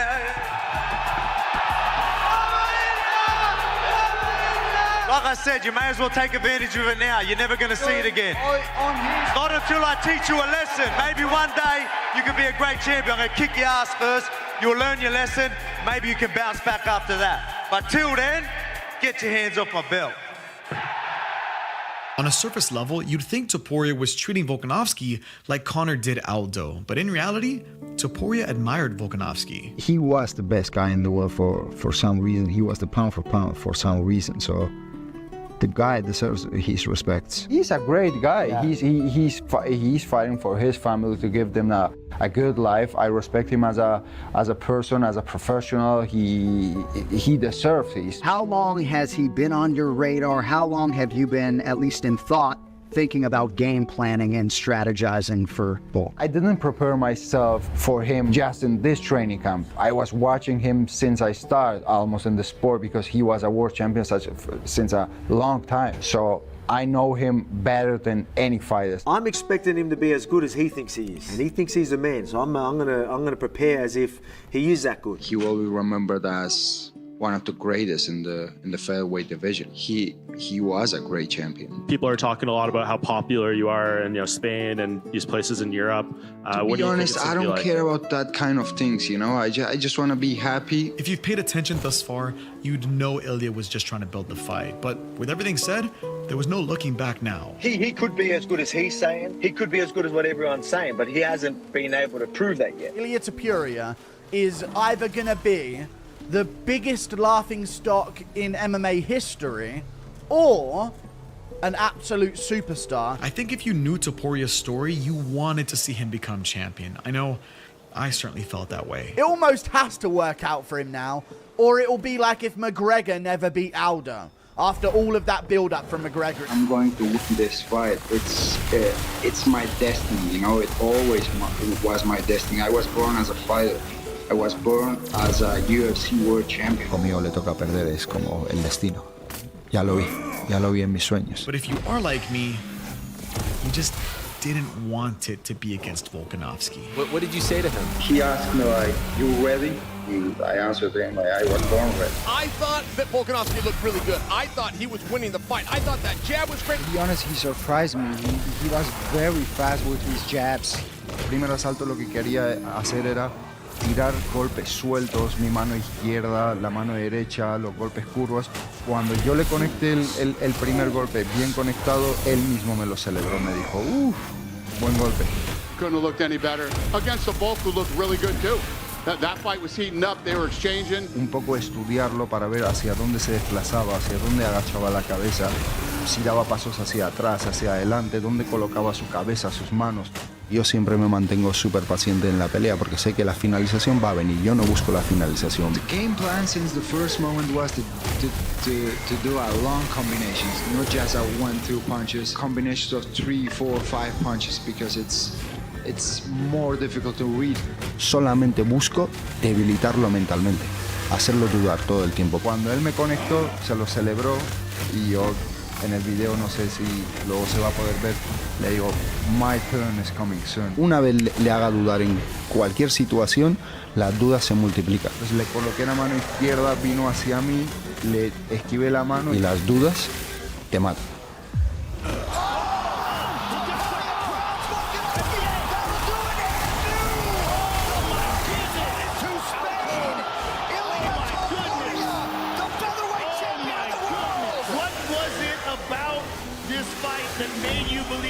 Put him away in the second round. He just won the title. He looks like a guy who could be one of the all-time greats. I just know my skills, Joe. I work so hard. I worked so hard for this. This was a moment reminiscent of Conor's championship performances, but there was a big difference here.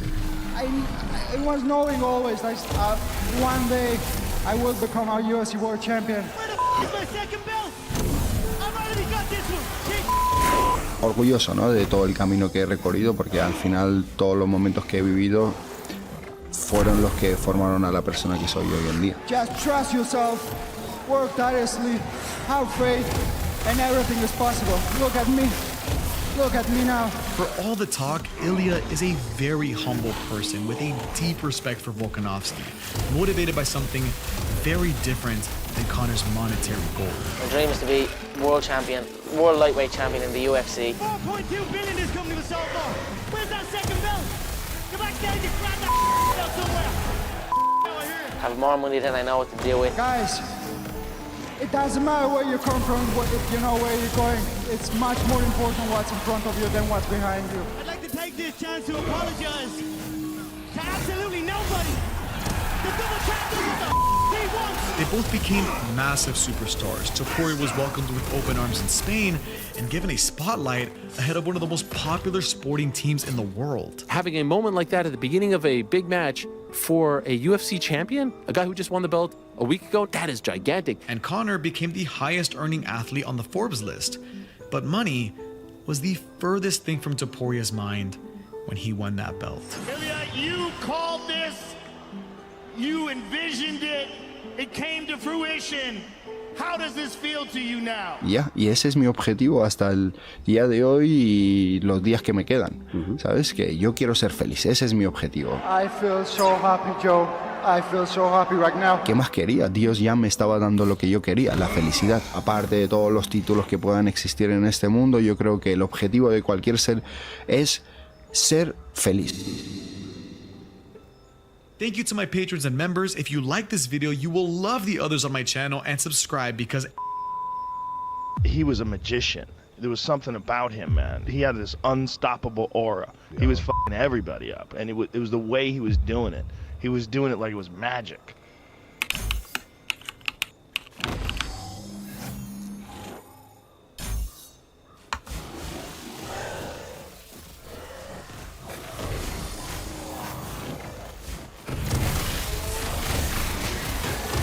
this is a true story. Anderson Silva broke the record for most consecutive wins in the UFC. He made the top guys in the world look easy. For a handful of years, no one could come close to him. He broke the record for most consecutive title defenses. People love finishes, and Anderson could always provide a finish at any moment. Nobody can do what this guy can do. He's the pound-for-pound best fighter in the world. And he had achieved that against some of the best fighters in the world. Got us thinking he wasn't even human. He's the greatest of all time. No one was like even close.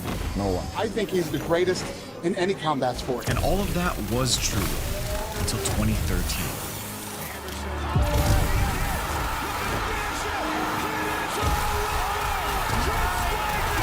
Gotta respect the game, man. None of us are invincible. Look, a lot of you may know the story of Anderson Silva, I just try to enjoy every single moment I come inside the cage. but not enough of you understand his story. I working hard. I pass experience in my life, bad and good. And today I I feel... You know he's a legend, you know there's tragedy, and you know there's a very rich career in between. There's this dirtbag named Anderson Silva. I'm gonna put him on his prissy little ass. I don't want to fight Anderson, I want to beat him down. Esse cara me bateu 5 rounds, me bateu mais do que eu apanhei toda a minha vida inteira. But you haven't fully understood that the reason we love him is the reason he will never be the GOAT. My first professional fight, I drive to the city and I fight 4 times the same day, $100. Cara, fiz a primeira luta. Uma garra, e cai no chão, levanta, e cai no chão, levanta. Eu acabei que eu consegui finalizar o cara. Peguei as costas do cara e finalizei. Anderson Silva finished his first professional MMA fight in under 2 minutes with a suffocating rear naked choke. When I finished, I just talked to my professor in the time. I looked at him and said, that's crazy. I never go do this again. Despite his reservations, Anderson took on Fabricio Camoes for his second pro fight. I'm a little scared because you never know what happened inside. I fight with the best jiu-jitsu guy in the time, Fabricio Morango. He's a student of Royler Grace. He's a black belt. This is funny because in the time I'm blue belt. Way lower. Yeah, I pick up something fast and I win the fight, and that's a start. I fight in Brazil a lot, in the Mecca. You know. Mecca was a new Brazilian MMA promotion. In fact, Anderson participated in the very first Mecca event. When I have my first baby, I don't have nothing except my talent and my energy to doing something for my family, you know. Anderson spent the entirety of the match on his back with no sign of any grappling skills, leading to his first professional loss. A dominant and humiliating loss like this while you have a family to take care of is enough to make you wonder, did you even choose the right career path? I guess I kind of want to start it off going back to like how you initially got into fighting overall, right? Because I know that you wanted to be a soccer player. As a young boy, Anderson loved soccer, but after missing soccer tryouts, he was approached by the boxing trainer next door. I come to try the tryout to play football, but I'm too late. Coach Vitor just look at me and say, okay, take this stuff and let's go training. And that's my first contact with boxing. But that was just boxing. Anderson's love of martial arts actually came much earlier. Então, sempre gostei de luta, né? Eu comecei a treinar, eu tinha 8 anos de idade. A lot of people think it's dancing, but it's not. It's a capoeira. And I start training capoeira in the school.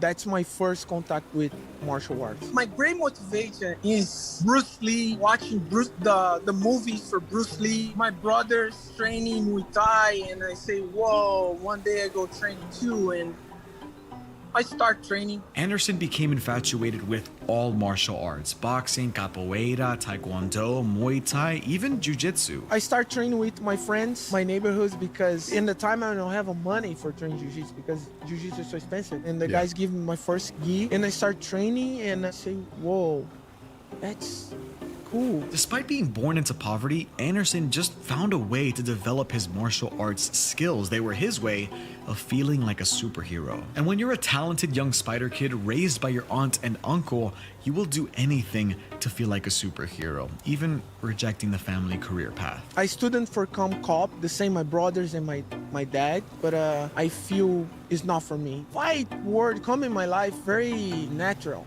You know, because I don't have too much options. Or come cop, the same my brother, my dad, or fighting. And I grew up in a city. It's a very famous city about MMA fighters. And the time is the name is not MMA, it's a Vale Tudo. And a lot of guys fighting in the time. Vanderlei Silva and the other guys, you know, they say, whoa, that's crazy sport, but maybe I can do that. I never realized this happened in my life. You know, I become professional fighter. Anderson won his next 2 fights in Mecca, finishing both of his opponents in the first round, which, as you can imagine, opened a lot of doors for him. Através do Mecca, eu consegui a oportunidade de lutar no Japão. I fight in Japan, I fight in Korea, I fight in the different country. Anderson got the opportunity to fight in Shuto in 2001, a big step up from Mecca, and won a decision against a much more experienced fighter. A few months later, he scored another first-round TKO in Mecca before returning back to Shuto for his biggest fight yet. When I fight for my first title belt with Hayat Sakurai. That's my hard fight. It's a hard fight for me because it's the first time I realized I fight for respect to my country. The two flags come, Brazil, Japan and Brazil. Yeah. And I start the Nacional Brazilian, and I say, whoa, now that's serious. It's for your country. Yeah. It's about my country. Hayato Sakurai is a Japanese mixed martial arts legend, and at the time, he was the Shuto middleweight champion. But by this point, Anderson was a more well-rounded martial artist, winning the exchanges on the feet, taking down Sakurai, taking his back, landing vicious ground and pound, and attempting submissions on the ground to ultimately win a decision and become the Shuto middleweight champion. Silva stayed busy by returning to Mecca and snatching another quick TKO victory before moving up to the big leagues. E aí eu acabei tendo a oportunidade de lutar no Prize. Eu tinha uma pequena desvantagem, porque eu pesava 83, 85. E a categoria não tinha a minha categoria 84. Era 95 pra cima. Between June 2002 and June 2003, Anderson fought strictly in Pride Fighting Championships. Mas eu tinha a vantagem de treinar com os caras mais pesados e ser mais ágil, né? At Pride 21, Anderson Silva landed a ruthless head kick to split open Alex Stiegling's face and win via doctor's stoppage. Anderson was so good he could handle Alexander Otsuka at Pride 22 and deal with meatheads at a bar the next day. You ever got in any fights as a security guard? A lot. Really? Yeah, a lot. The guy is big guy and I start to doing something in the bar. Everybody say, oh, I don't go talk to with this guy because he's big and every time the guy come here and destroy everything. I say, bro, listen, I'm here to work. You're doing something crazy here. You make problem for me. Please don't do that.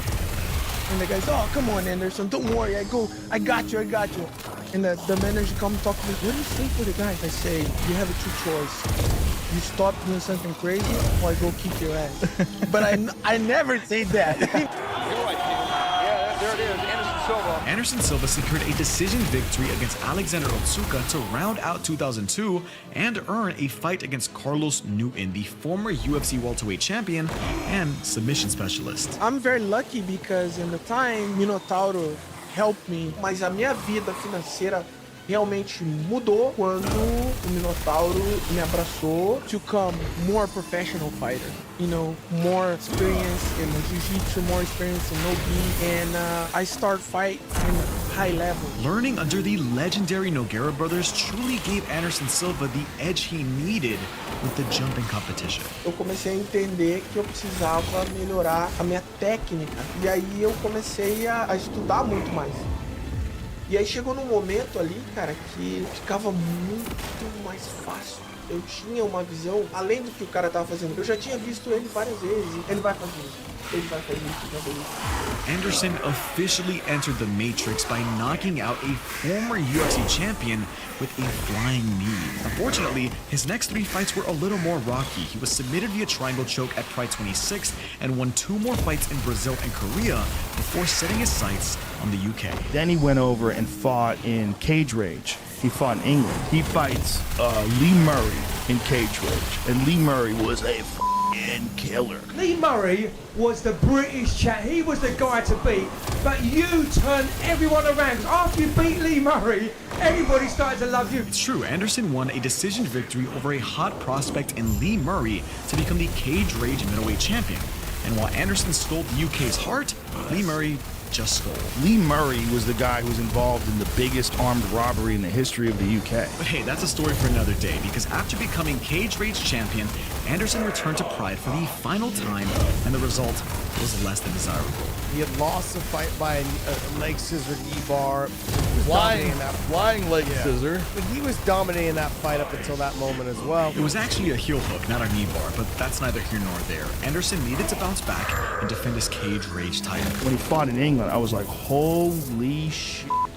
When he was standing in front of Jorge Rivera and letting him punch him in the face, you got to see how damn good Anderson really was when he was in his prime.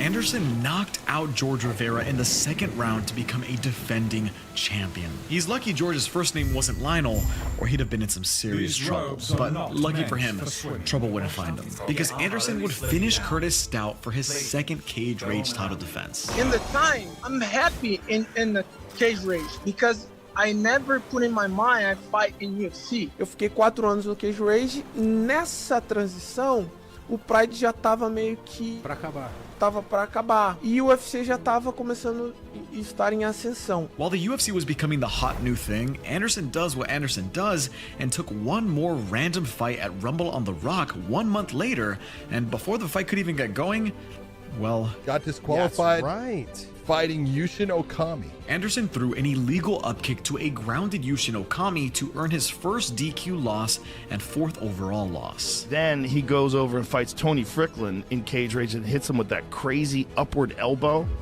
By the time he was coming to the UFC, I was like, dude, get ready for this guy. Eu tava lutando lá no Cage Rage e os caras me ligaram. Falou, ó, o UFC quer você aqui. Eu falei, ah, legal, né? Hey, UFC, what's up? You want me to come over and begin one of the greatest careers in MMA history? Cool. When he came into the UFC, he was already in his 30s. My first fight in UFC is very interesting for me. Chris Lieben was such a striker. He had a head made out of concrete. You just simply couldn't hurt him. It was hard to imagine how Anderson was going to beat Chris Lieben. After he gets in there with me and I knock him out, he may want to go back to Japan or somewhere where the competition's a little easier. I think you might live to regret those words, Chris. Oh, regret those words he shall. I mean, he might take a worse beating than this Ridge wallet.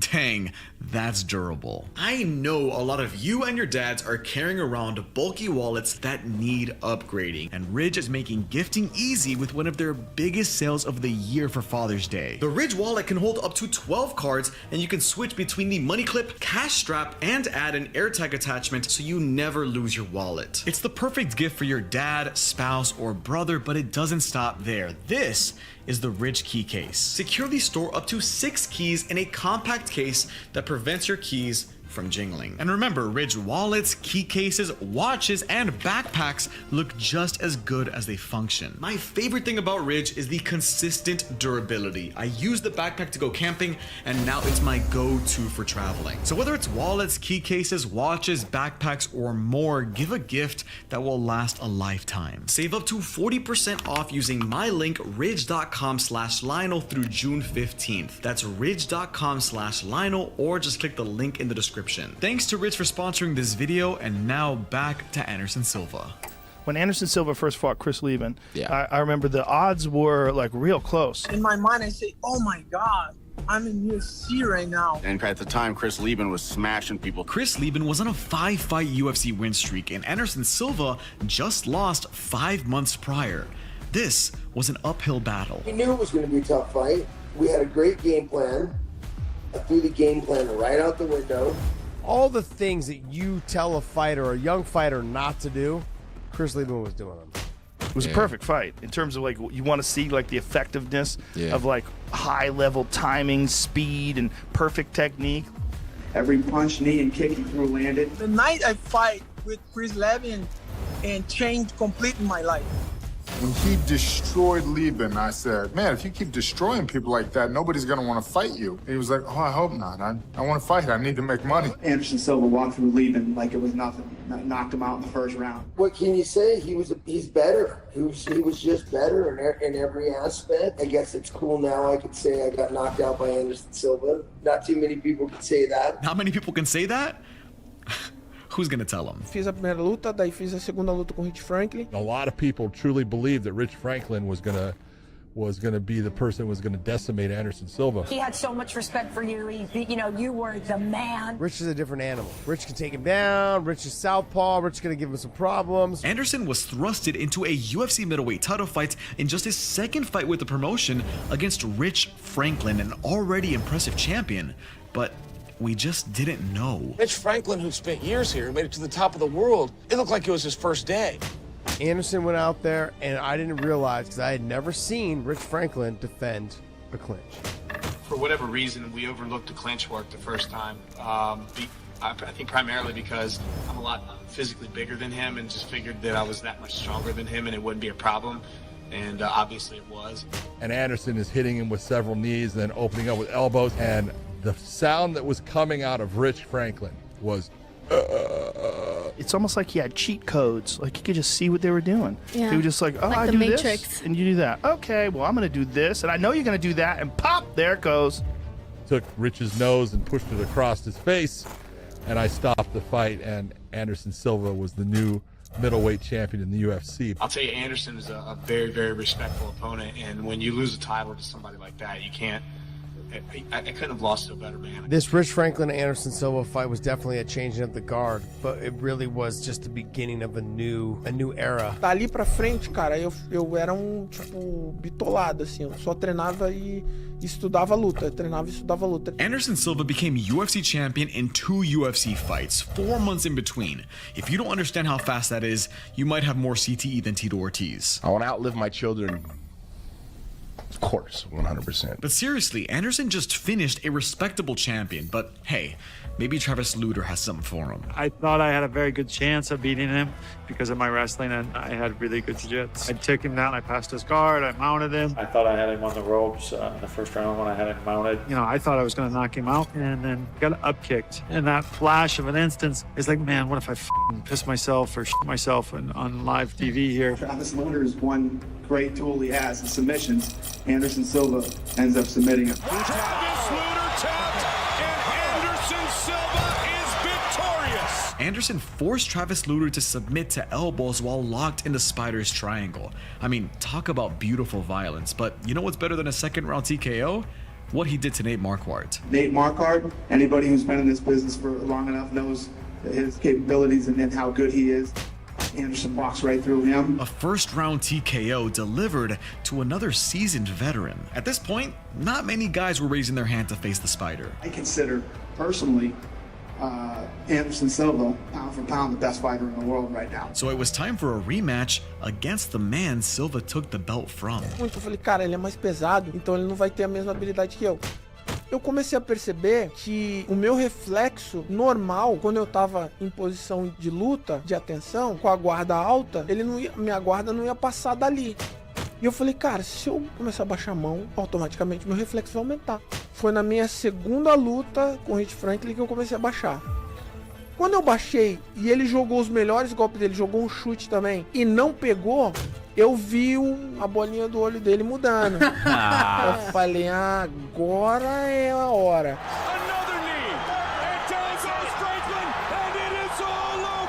Anderson's been fighting for a long time, and he's one of those guys who's an incredible athlete, he's incredibly gifted, he's very well-rounded, and he's coming into his own. This guy's in his prime right now. Tonight is just showing what I do every day. Nothing there was a surprise to me or something that I just pulled out of the hat. Those movements, those things I do, I train every day. So it was just like another day at the office. Any chance matching him with Dan Henderson? That's what Dan Henderson, very good possibility. That would be a very intriguing fight. That would be an interesting fight because Dan Henderson was the last Pride middleweight and Pride welterweight champion when the UFC bought Pride. So this fight would unify the Pride and UFC championships at 185 pounds. Henderson stands out as a huge threat. I think that he's a tough guy and very skilled, but I wouldn't consider him the top pound-for-pound fighter. You were one of the few guys who, while Anderson Silva has been in the UFC, has been able to win a round against him. That first round, arguably, you performed better than anyone else. Just take him down and pound the shit out of him. Henderson was finding success with superior wrestling, but in the second round, I guess you can say the turns tabled. Once we're out in the open, I remember catching a nice little knee to the face. Next thing you know, he was on my back choking me. Anderson Silva remains the UFC middleweight champion. How versatile is that guy? That was one of his strengths, was being able to finish guys when he got them hurt. The one guy that we thought would be his biggest challenger, and he doesn't even get out of the second round. He's going to be holding this division for a good time now. It was less than 2 years since he won the belt, and Silva was already considered the pound-for-pound best and too good for his contenders. So he tested the waters at light heavyweight. Sandman James Irvin. James, we last saw you in action, Ultimate Fight Night 14 against Spider Silva. A tough loss for you. Were you expecting him to be that strong coming out of the gates? My coaches did tell me not to throw a single kick the whole first round, and it's exactly what I did. I went out there and threw a kick, and he made me pay for it.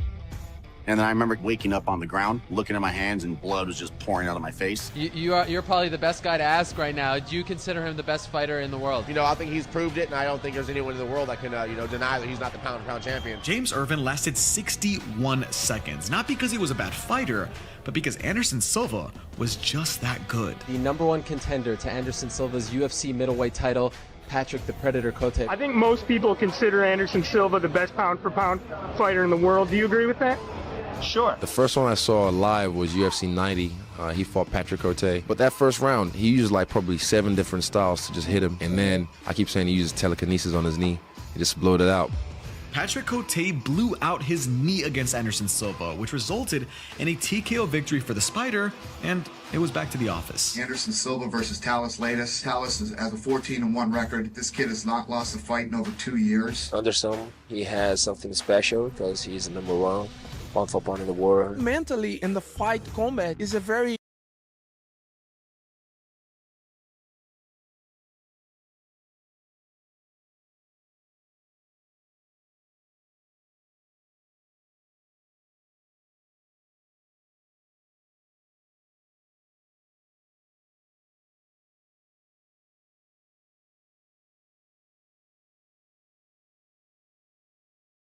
When it comes to MMA, you could say Khabib is the GOAT, John Jones is the GOAT, Conor McGregor, Demetrius Johnson, Anderson Silva, Amanda Nunes, Fedor Emelianenko. You could say all these names, but you'd be wrong.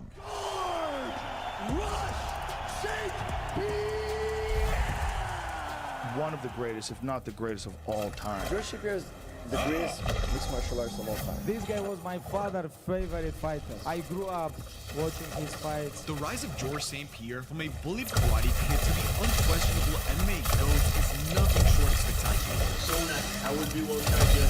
Thank you very much. He beat everyone he ever faced. George is one of a handful of people who started approaching the sport in a truly professional fashion. When I do something in life, I go 110%. I win big, I lose big. I've been an underdog all my life. But, I work hard to be where I'm at. But he's had no shortage of criticisms. No finishing fight. You never want to lose. When people say that you're kind of boring, it's not as good as people say. And you're too talented. You're not providing the ground for a fight short. And had an abundance of controversies. I'm not saying GSP Grease. I'm just saying he was slick. Greasegate and everything else that it's been called. They poisoned my eyes. He was some kind of weird ass joke. I'm blown away that George St. Pierre won that fight. This is the entire career and legacy of George St. Pierre. Everything I've done in my life is to get me closer to my ultimate goal. I want to be known as the best fighter in the world. I wanted to become UFC world champion. I wanted to become the best fighter. That was my dream. If people think my goal was to be champion, it's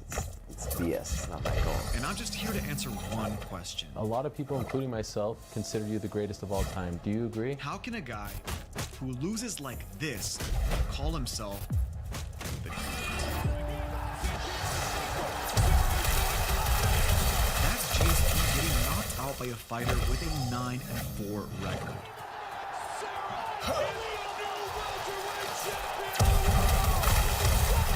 And not only that, he passed his strikes. That's not the kind of thing you'd expect from someone in the running for the greatest of all time. That knocked out is the most humiliating day of my career. But I want to lay it all out on the table that there is a lot of failure in this story. I've lost many times. I've lost before I learned how to win. And at a surface level, you're not dismissing themselves, comparing them to names like John Jones and Khabib. I've always believed the 3 greatest mixed martial artists I've ever seen in my life were George St. Pierre, Khabib Nurmagomedov, and John Jones. But if you want to understand how that loss makes him the GOAT, we have to go back, like way back. Oops, not that far. Look, you gotta feel bad for this guy. He's wrestling a young George St. Pierre. He had no chance, even as young as George is here. And as impressive as GSP's wrestling was by the time he was 19, it wasn't his first martial art. As before I started wrestling, I was a karate guy, pure. And I just acclimate myself very well to wrestling. People are like, no way, karate, no. And yes, karate that allowed me to cut the distance and take the people down. I started when I was very young, and it saved my life, you know, because I started when I was bullied in school. Unlike George's contemporaries who started martial arts for sport or for money, GSP needed karate to stop bullies from stealing his clothes and lunch money. That's one of the reasons why I started martial art, because of a self-defense, and I was bullied when I was young. And at the time, I saw it as a very negative experience, and it was. But I realize now that the fact that I was bullied when I was young helped me later on in my life facing the mental warfare that I had to face in mixed martial arts, because it's a very egotistic sport. I remember when I was a kid, I was looking at myself in the mirror and I didn't like myself. I didn't like what I saw in myself, because I wanted to change my environment. And martial art taught me that if you want to change your environment, you want to change yourself, you need to love yourself first. Despite becoming a second Dan black belt by age 12, loving himself wasn't going to be easy, because to everyone around him, GSP was just dreaming too big. I was a very, very young kid. I was like maybe 12 years old. Like the teacher was asking everybody in the class, what do you want to do when you get older? And some were like, oh, I want to be an engineer, a doctor, or whatever. And when it came to me, I really didn't know what I wanted to do. And I said I wanted to be a WWE wrestler because I was a fan of Hulk Hogan. Because MMA did not exist at the time when I was that young, and everybody started laughing. Like they were all laughing. I'm from a little country place, 5,000 people live there, you know. People used to tell me all my life, oh, you will never be a fighter, you know, you're not tough enough, you're not strong enough. When I saw the first UFC, when Royce Gracie won the first UFC, that's when I knew, like I was like, that's what I want to do, you know, like I see myself in this. GSP made his pro MMA debut at 20 years old. I fought in TKO, and it used to be UCC. Yeah, I watched your first fights, man. I watched you in the TKO organization. I had like 5 or 6 fights in UCC. Where I'm from, my country, it was illegal in Canada. I remember every fight, I didn't make much money. My first fight, I made $1,300. Because my opponent did not make weight, so I gained 30% of his purse. Was my bad. I missed 2 pounds weight. And Josh pushed me, I fall in my butt, he get in my guard, and he start punching. George finished Ivan Manjivar in the first round, which earned him a title shot for what would become the TKO Canadian Welterweight Championship. After me, he won the belt of UCC against Justin Brockman. Ran into a fella named, his name is George. I remember George hit me with a takedown and he sat me on my ass, and I actually remember like saying it out loud in the ring, I'm like, shit. There's 9 million views on YouTube at him using my head as a basketball. He finished this fight even sooner, and this time with a submission instead of strikes. So everyone's like, oh, you'll get him next time. Like, no, man. That guy, I fight that guy 100 times, he's gonna beat me up 100 times. This young welterweight champion was quickly developing a well-rounded skill set. Hey, I'm Josh St. Pierre, the Canadian welterweight champion. At the time when I started mixed martial arts, it was not something that you could do and make a living. But I always have faith that at one point the sport could grow to a certain level that you can make it. GSP rounded out 2002 with another first-round finish and his first taste at a title defense. Just in case it isn't clear, GSP was a dominant and defending champion in his first year as a pro fighter. Many other GOAT candidates didn't win a non-tournament MMA title prior to the UFC, and those that did never defended those titles. George St. Pierre, the UCC Canadian welterweight champion. Tonight, that's my first international bout. In 2003, GSP had 2 more fights as champion. He brutally finished Thomas Denny in the second round, and at the end of the year, he had his toughest test. There was a guy, his name was Pete Spratt. Everybody knows he's one of the best striker in the welterweight division. Pete Spratt beat Robbie Lawler, who became later champion of the UFC. And my manager at the time brought Pete Spratt to fight me in TKO, and Pete Spratt didn't know who I was. I wasn't nobody at the time, and he probably thought that he was coming to collect an easy paycheck.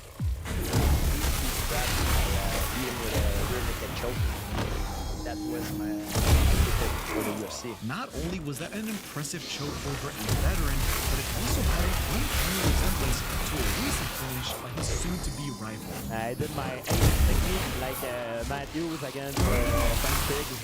I call that my 8 technique. Pete Spratt was scheduled to fight Carl Parisian in the upcoming UFC. Is that a fight that you want? Would you be happy to go into the UFC and take on Carl Parisian in his place? My dream is to go fight in UFC, you know. GSP finished every man across from him before entering the UFC. And although you might say these weren't tough competitors, Pete Spratt is no slouch, and GSP didn't have many options. Up in Canada, it's just like that TKO finish, right? Yeah. But more than that, finishing your opponents in the regional scene is kind of what you expect from a future GOAT. However, out of the greats, only GSP and John Jones can say that they finished every man they faced prior to the UFC. Ugh, god damn it, I was gonna show you GSP's first interview as a UFC fighter next, but that video's not available in my region. But don't worry, I've got NordVPN. I'm sure you've heard the internet is a very dangerous place. I mean, you could be searching for something very personal and everyone can see what you're doing. Hey, I got a text from GSP. Oh my god. I search for a lot of things to make these videos, but NordVPN keeps me safe across the internet with a single click. Because they don't track what I do online and protect my traffic with robust encryption. Remember, Herb Dean says to protect yourself at all times, but follow my instructions and go to nordvpn.com/Lionel in the description to get a 2-year plan plus 4 months free. And with a risk-free 30-day money-back guarantee, you have nothing to lose by trying NordVPN. That's a fantastic deal, but calling NordVPN just a VPN is like calling GSP just some French Canadian who likes to beat up other men half naked. They're both more than just that. NordVPN's threat protection shields you from malware, trackers, and ads. The data breach scanner notifies you if your sensitive information has been exposed. And my favorite feature is that it allows me to access content that may not be available in my region with a single click. Get all these benefits and more with my exclusive link in the description at nordvpn.com/Lionel. That's nordvpn.com/Lionel for a 2-year plan plus 4 months free. Thanks to NordVPN for sponsoring this video and allowing us to see GSP's first interview as a UFC fighter. Bonjour, je m'appelle Georges Saint-Pierre. Je viens de Montréal, au Canada. J'ai 22 ans et puis je vais faire mes débuts au UFC exactement dans 2 jours. Et je suis très excité, j'espère donner un bon spectacle à mes fans. Ce que je vais faire normalement, mon plan c'est d'être par-dessus au sol ou soit de garder le combat debout. What a great debut! Congratulations, George St. Pierre! Carl Parisian was a tough UFC debut. It was GSP's first pro decision, and he escaped team kill submissions, but otherwise dominated a great fight. However, his next fight played out much better. Great fighters on this card tonight. Guys who fell out, stepped up big on, came in to fight George St. Pierre. Many people know Devastation, but I've seen him train. He is a phenomenal fighter. Some people can think it was a lucky shot tonight. I have to say I trained very hard. You know, I deserve what I do. George St. Pierre! George St. Pierre is phenomenal. What an amazing fighter he is. He is very athletic, very explosive, and talk about a well-rounded MMA fighter. He is definitely the leader of UFC fighters. I just want to keep fighting in the UFC, go step by step, and one day I want to have a shot for the title. I just want to let go my fans. I want to stay in the UFC. I want to be a UFC guy. Soon I will be world champion. Thank you very much. GSP was very driven to become champion, but he was also very self-aware of his abilities. You know, I just turned 23. I know I'm not the best welterweight in the world right now. I know it. I need to improve more if I want to have a shot for the title. GSP knew he wasn't the best, which wasn't a problem. The problem was he overanalyzed the best fighter. De tous les temps, la meilleure de vraiment je vais aller avec Matthews. Matthews is a monument in the sport. Matthews was the unstoppable welterweight champion, so it's understandable that George would be in awe. But when you're only 3 UFC fights deep and you have to face your idol, your mind becomes an obstacle. I was fighting my idol at the time. It was my 3rd fight in the UFC, and I was fighting this legend, Matthews, and I was fighting this monument, oh my God, I didn't sleep for the week, man. Even in the start, I couldn't even look at him.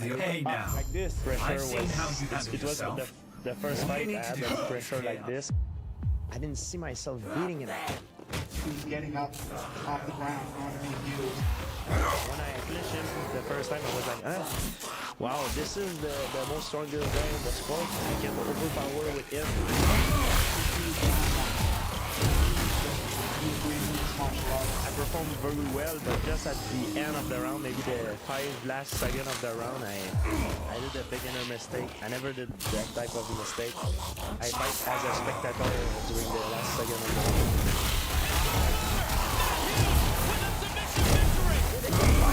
But he cut me with an armbar, and it's after the fight when I watched the fight, I sit down and I watched the fight, I realized I could have beat him. I think if the fight would continue, I think I would win because I was not tired at all, and he didn't hurt me, and I felt I was not impressed by his strength. I knew I was going to be confident. I was not confident, and it taught me something. I should never put nobody on a pedestal. Everybody is a human being. We're all the same. So what's next for you after this? Who's in the wait in the wings for you? Who's next for Georges St-Pierre? Georges St-Pierre, I think he's still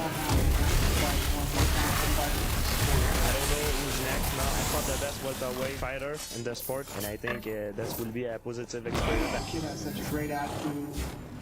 I keep saying good things about him. GSP was just 23 years old. He was a legendary champion and just expanded wrestling. Comparatively, great fighters like John Jones, Khabib Nurmagomedov, and Alexander Volkanovski didn't fight for a belt until at least their 8th UFC bout. GSP was just far too green, and had he taken a safer road to the belt with more tune-up fights, he may have never suffered this loss. But it didn't matter. He had the right mindset. He just had to find another path back to Matt Hughes. I'm very proud to come back in Montreal, fight in front of my fans. Just 3 months after that loss, GSP defended his TKO Canadian Welterweight Championship for the last time. A first-round Kimura finish just reinforced that GSP was better than pretty much everybody, and soon after, he signed an exclusive contract with the UFC. Forward spot, and I'll say it again.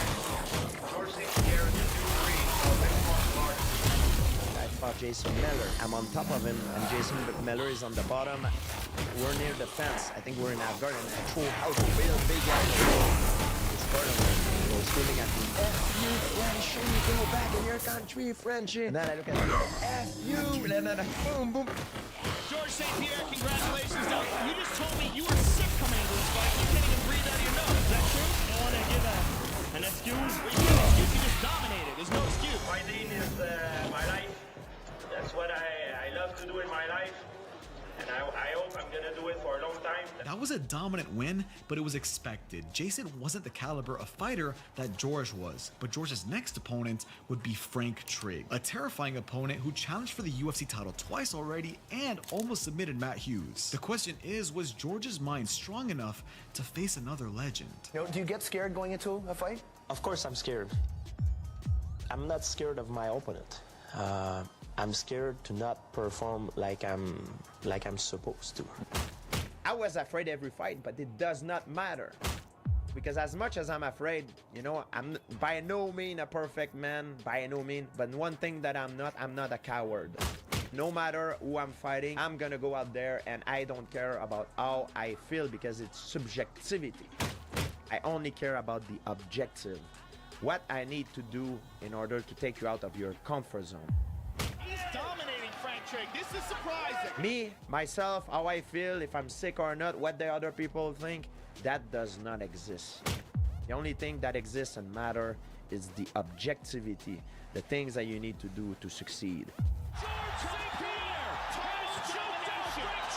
And these need to be done at all costs. Georges St-Pierre, that was the most dominating performance we've seen from you in the octagon against one of your toughest opponents. I mean, are you just getting this much better? The short answer was yes, he was getting that much better. But according to George's very first opponent, he didn't fully make the turn into the man we know today until his next fight. Well, George came the George we know today after Sean Sherk. I believe Sean Sherk has a broken nose.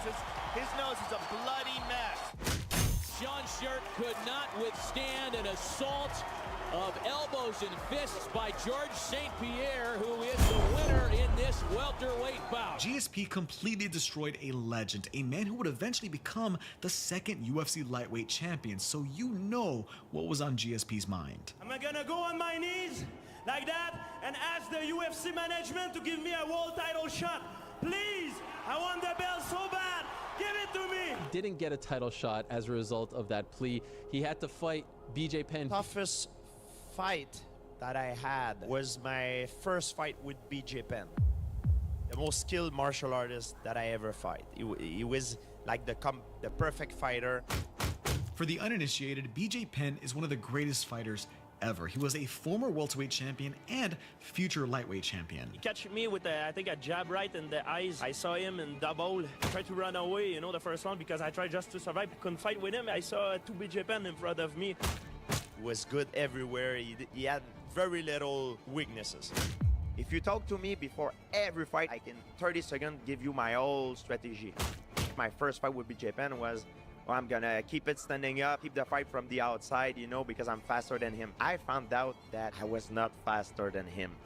His reaction time was better than mine. So I got beat up the first round. Like I had a bloody nose and everything. His nose is jacked, probably broken. I had a terrible first round, so I had to switch gear. My plan B was now I'm gonna wrestle, make him tired and trying to put him down. And that's how I beat him. Because I switched gear. George Rush St. Pierre! The win over BJ was a massive deal, even if it was a split decision. It proved that GSP could beat champions, so now it was time for GSP to get up close and personal with his idol. I'm very glad you won that fight, Matt, but I'm not impressed by your performance. And I look forward to fight you in the near future. That was probably the most polite call out ever. But before we get to the rematch, we have to talk about The Ultimate Fighter. The 4th season of The Ultimate Fighter gave unsuccessful UFC welterweights the chance at a title shot. What made it interesting is that GSP was one of the coaches, and everyone knew that GSP was going to fight for the belt before the winner of the reality show competition. So the people George was training knew that they were either going to fight Matt Hughes or possibly GSP at the end of their season. And you can imagine how awkward it was when Matt Hughes showed up during the show. I don't want to be friends with him. I don't want to share any technique with him. And despite avoiding him, Matt Hughes was insistently annoying to GSP at a sushi dinner, bringing up armbar defense and just asserting dominance. But in the background, the season's prime underdog Matt Serra won all his matches to win The Ultimate Fighter and guarantee a future welterweight title shot. The only two questions now were, would Matt Serra fight GSP or Matt Hughes, and would GSP finally overcome the pressure fighting him? A very therapeutic things I like to do is drive my car around and see normal people. I drive and I see an old lady with her grocery store bag. Nice straight long punches by George. And I'm thinking like, she doesn't care if I win the fight Saturday or not. She's not even gonna hear about it. High kicks and versatile with his striking. And I look, oh, he's another guy yelling to another guy. Good leg kick, a smile on Hughes' face. Oh, this guy is going to the bank to pay his mortgage.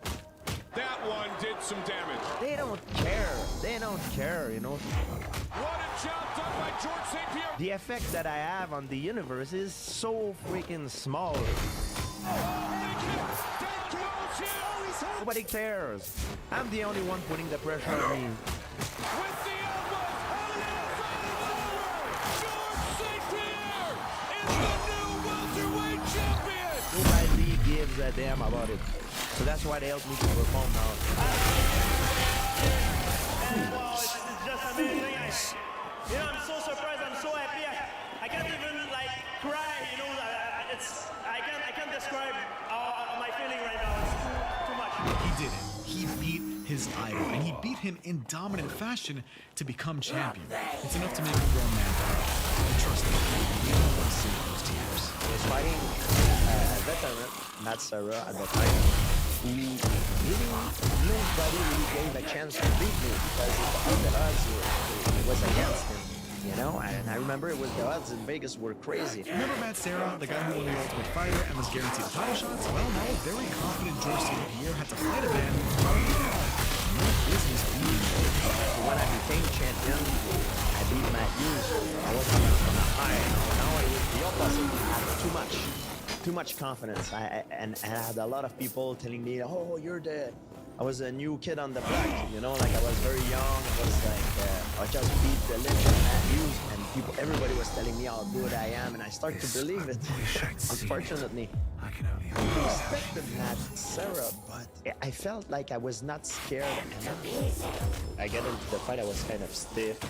How often did you doubt yourself when you were every Matt Serra was the only fight that I slept well. I always laugh when people say, George is afraid or who's mentally weak. That's a very, very shallow understanding of mental strength and weakness. I trained well and everything, and I felt like I was stiff. My hand I didn't let my body go. It was weird, I don't know. When I got hit by Matsura the first punch, I got punched by a looping punch that I never saw coming, and I got dizzy. Standards were very, very high. That's what he was afraid of. He wasn't afraid of I got wobbled, and I got so angry because back in the day it was like 5-1, 10-1 the odds. I can't believe I got wobbled by a guy like this. So when I heard George, he long pointed that. You heard manager, just keep your distance, manage, and line it up. And that's what he did. First time I ever had it in my life. So I wanted to give it back to him as fast as I can. But Matsura hit very hard. I made the mistake to trying to get back into the fight right away. Then I tried to jump back into a war with him, into a slugfest with him while I was wobbled. So I got punched like boom, boom, boom, boom, boom, boom. Bang, bang, and up on my back. Now I'm running to my worst nightmare. Oh, man. So am I gonna go out on my shield like this, or I'm tapping out like a coward? I knew that it was finished for me because I didn't know where I was. So I turned on the side and I tapped on strike.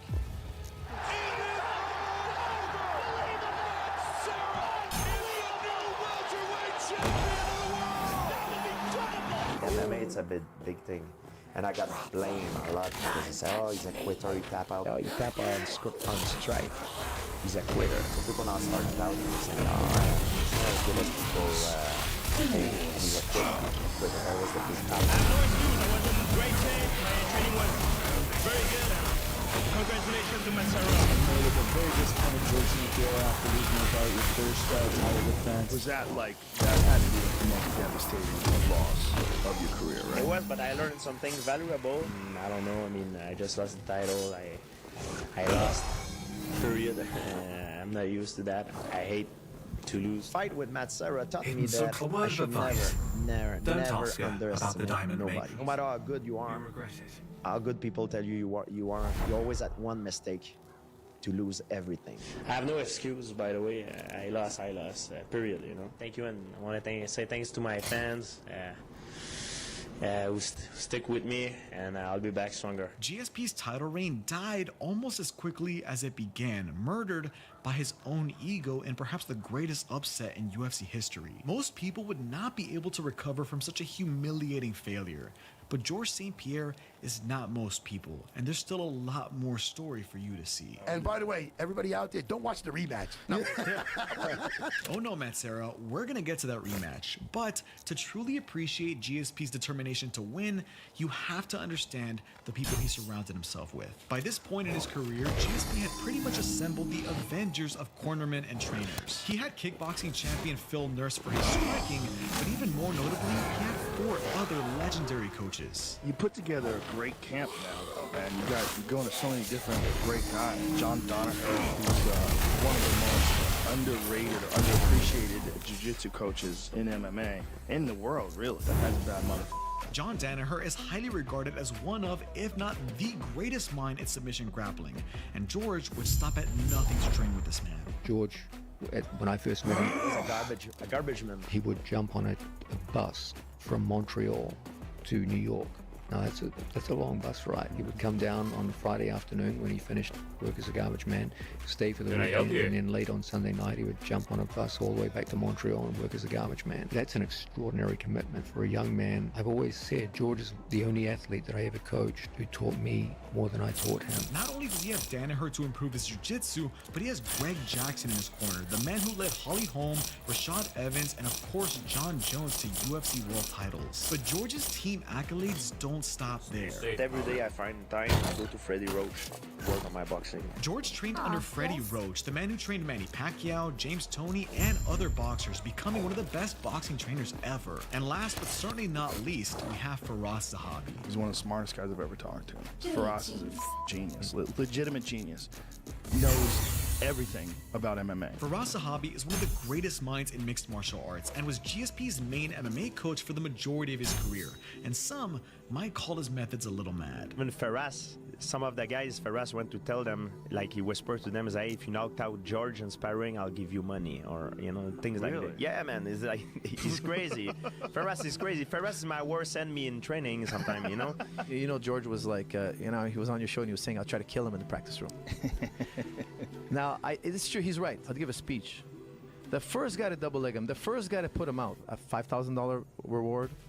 I think knock him out? To hurt. If you knock George out, I'll give you $5,000. And as crazy as that sounds, you can't deny the results. And GSP genuinely believed that these were the right guys to have beside him. So Firas and John, for me, are the most competent people that I can have to help me going to fight someone, because they're not really only trainers, they're teachers. And I would say the same thing about Freddie Roach. A group of trainers like this was not only essential for GSP's skill building, but he needed them to mentally prepare to dominate this division. So my family, before the fight, I stay away from them. I stay away from a lot of the people that I love, that are my circle of friends. I bring back closer the people like Firas, John, the fighters, guys. When you go in war, you don't bring your wife, your kid, your family, and you bring the people that you go in war with. This mentally impregnable GSP was now on a warpath to his belt.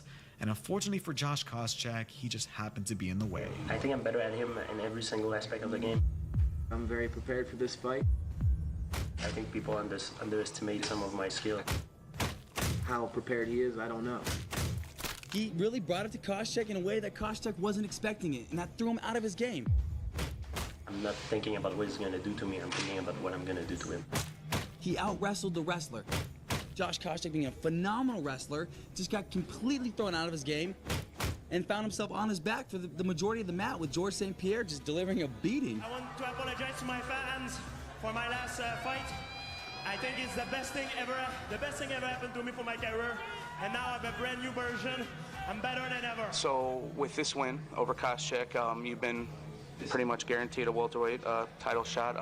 It's got to mean a lot to you to get a chance to get your belt back. Absolutely. I learned a lot from my mistake last time, and I'm the kind of guy who may never make the same mistake twice. As someone who watched all of GSP's fights to make this video, the Koscheck fight felt like his turning point, which couldn't have come at a better time because Matt Hughes was challenging Matt Serra for the welterweight title just a few months later. However, Matt Serra got injured, so George St. Pierre sees the perfect opportunity to not only compete for the interim welterweight title, but to also settle his trilogy with his idol. I'm fighting for the title now. I'm very glad. I want to get back to what I've lost. Well, I'm very excited for Saturday night. Interim championship, 5 round against Matt Hughes. I made a mistake last time. I learned a lot from it. That loss was probably the best thing ever happened to me. I came back stronger than ever, and now I want to bring back the title in Canada. One thing about fighting George is I know he's ready, and I know it's going to be a war. I cannot promise my fan that I will win. What I can promise to my fan is that they will see the best George St. Pierre, the most well-prepared George St. Pierre I can be. He goes, St. Pierre, you up next? Are you ready? I'm like, yes. 1 minute, sir. Go in the bathroom by myself. I go look at myself in the mirror, and that's what I do before the fight. I'm telling myself all the reasons why I think I will win the fight. Try to convince myself like a kid, like I'm the greatest, I'm the strongest. As long as I believe it, it will transform the way I see myself and will make me more confident. I'm beautiful, I'm strong, I'm this. I train harder than him. I put more time than he did. Faster, I'm stronger, I'm gonna win. I have better trainers, I have better training partners. I flew in all these killers in training camp to try to test me, and I got through like a champion. These young guys, they lose, but I'm gonna show them the way to do it. It is all over! George Rush St. Pierre defeats Matt Hughes again! When I got out of the bathroom, I'm not the same person that I was when I got in. It's showtime. So that's why I'm gonna take off this belt, because for me, yes, it's a good collection, but doesn't mean nothing to me. Thanks to the UFC to give me that. It's a good honor. But the real champion is Matt Serra, and until I don't get my belt back, I'm not gonna consider myself champion. Imagine having such a fierce mindset that you can demolish the man who gave you your first loss for a second time, earn another belt, and only focus on the other loss you haven't avenged. Look, I've never lost a world title in front of millions of people, and you probably haven't either. But we can all resonate with not only the fear of humiliation, but the draining weight of when you are humiliated. I was terrified before every fight, and you know there's a lot of people watching you. I was not so much afraid of getting hurt, even though I knew it was a possibility.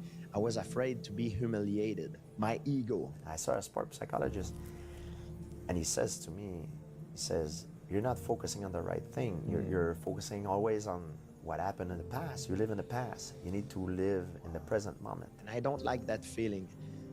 It makes you very uncomfortable. It's very, very stressful. So he made me carry a brick, and he made me wrote a name, Serra, Matt Serra on it. I was carrying a lot of bricks, and this brick, the name of that brick was Matt Serra. And I carry that brick every day, every training. Carrying a lot of bricks on myself, but when you carry a brick only one day, it's not heavy. But if you carry the same brick like every single day in the years, it's become heavier. And after a while, man, my bag is heavy for nothing. It sucks, you know? I realized through time that every fight is bigger than the last one, so you're more afraid. Every fight is bigger and you have more to lose. And I carry it until the time I got tired of carrying it. I'm like, you know what? I should not be afraid to say that I'm afraid. There is no courage without fear. Took the brick, I went near the Saint Laurent River. I know it sounds crazy. And I threw it in the river. And I feel deliver. More knees by GSP. George St. Pierre is the undisputed UFC welterweight champion. I want to say thanks to Matt Serra. He came here, he took the fight in my town, in Quebec, in Canada, in Montreal. Man, it meant a lot to me. You redeem yourself and defeat Matt Serra. Was that the greatest moment of your career thus far? Yeah, the greatest moment of my life so far. It was amazing, a dream come true. George St. Pierre relieved himself of unfathomable humiliation by detaching his ego and fighting like the champion he was always destined to become. However, this would hardly be his greatest adversity overcome inside or outside of the cage. And as much as it meant to avenge his second loss, it seemed that GSP was even more determined to prove to himself that he could finally earn that first title defense. I have the opportunity to succeed where I fell last time in my first title defense, and I don't want to do the same mistake as last time. Still, the undisputed UFC World Welterweight Champion.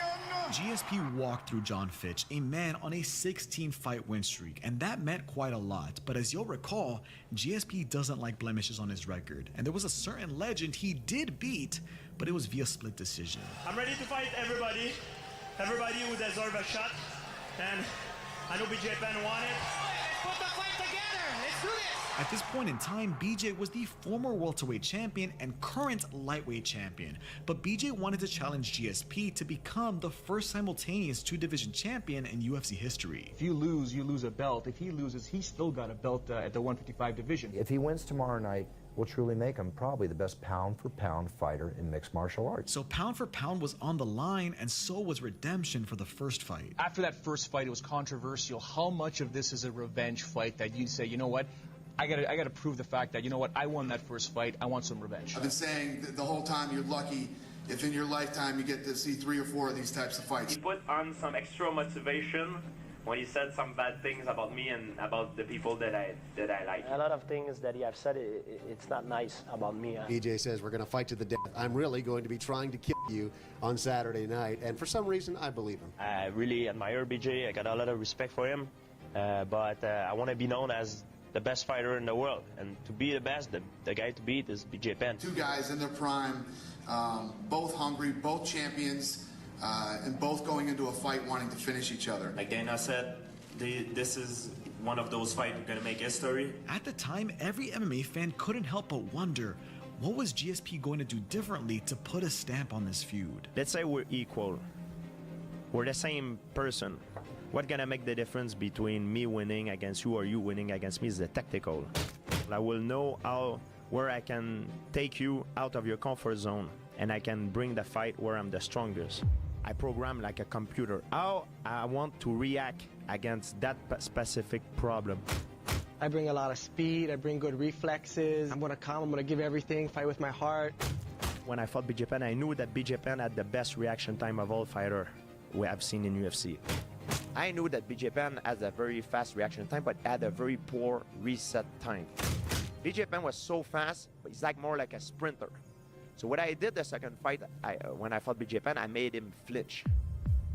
I knew I broke him mentally after the first round. So all that reaction time that he used to flinch was not used properly to avoid my punches. Were you surprised that he lasted as long as he did, because you were putting a pretty bad whipping on him throughout? Not at all. He's a very tough guy. So he got overwhelmed and he got tired very, very fast. So that's how I beat him. It's all over! Herb Dean has stopped the fight! I was not fighting for the belt. I already got it, you know? I was fighting for the name. I was fighting BJ Penn. Last time I fought him, I won in a decision. This time I really wanted to take him out, and I'm glad that I did it. Even though a lot of things has been said, I have a lot of respect for him. Whatever respect GSP had for BJ would dissipate rapidly, because the aftermath of this fight drew a ton of controversy. Did have some controversy in the BJ Penn fight, a fight which he dominated. The situation with BJ Penn and GSP with the Vaseline incident in GSP's corner. Greasegate and everything else that has been called, George. I'm not saying GSP greased. I'm just saying he was slick. GSP's corner appeared to rub Vaseline on his back in between rounds, which BJ argued was an intentional tactic to give GSP an advantage in the grappling exchanges. I didn't know what happened because I wasn't in the fight, so when you're in a fight, you don't realize what happened. You've heard some of the blogs. Why did George have to resort to using extra Vaseline? He was dominating the fight. He was going to win the fight anyway. Either the trainer was a very good trainer with a lot of experience, and leaving some of that residue on there was a great trick that's probably worked many other times before. Trust me, he's not the first one to do it. I still, I still want my fair fight, man. I didn't get my fair fight. I want my fair shot. I feel bad. I think BJ Penn tried to discredit me for my win. On scenario number 2 is he's an inexperienced corner man that when he applied Vaseline on the fighter, didn't realize that he still had Vaseline on his hands, so you make your own judgment on that. There was an official hearing with the Athletic Commission, but ultimately GSP was not found to be a cheater, and GSP doubled down by trolling BJ Penn. I can't handle the pressure anymore. I'm falling apart. I did cheat, but not in a way that people think. If you look at the fight closely, in BJ Penn entry, I hire a man to kiss BJ Penn on the mouth on his way to the octagon.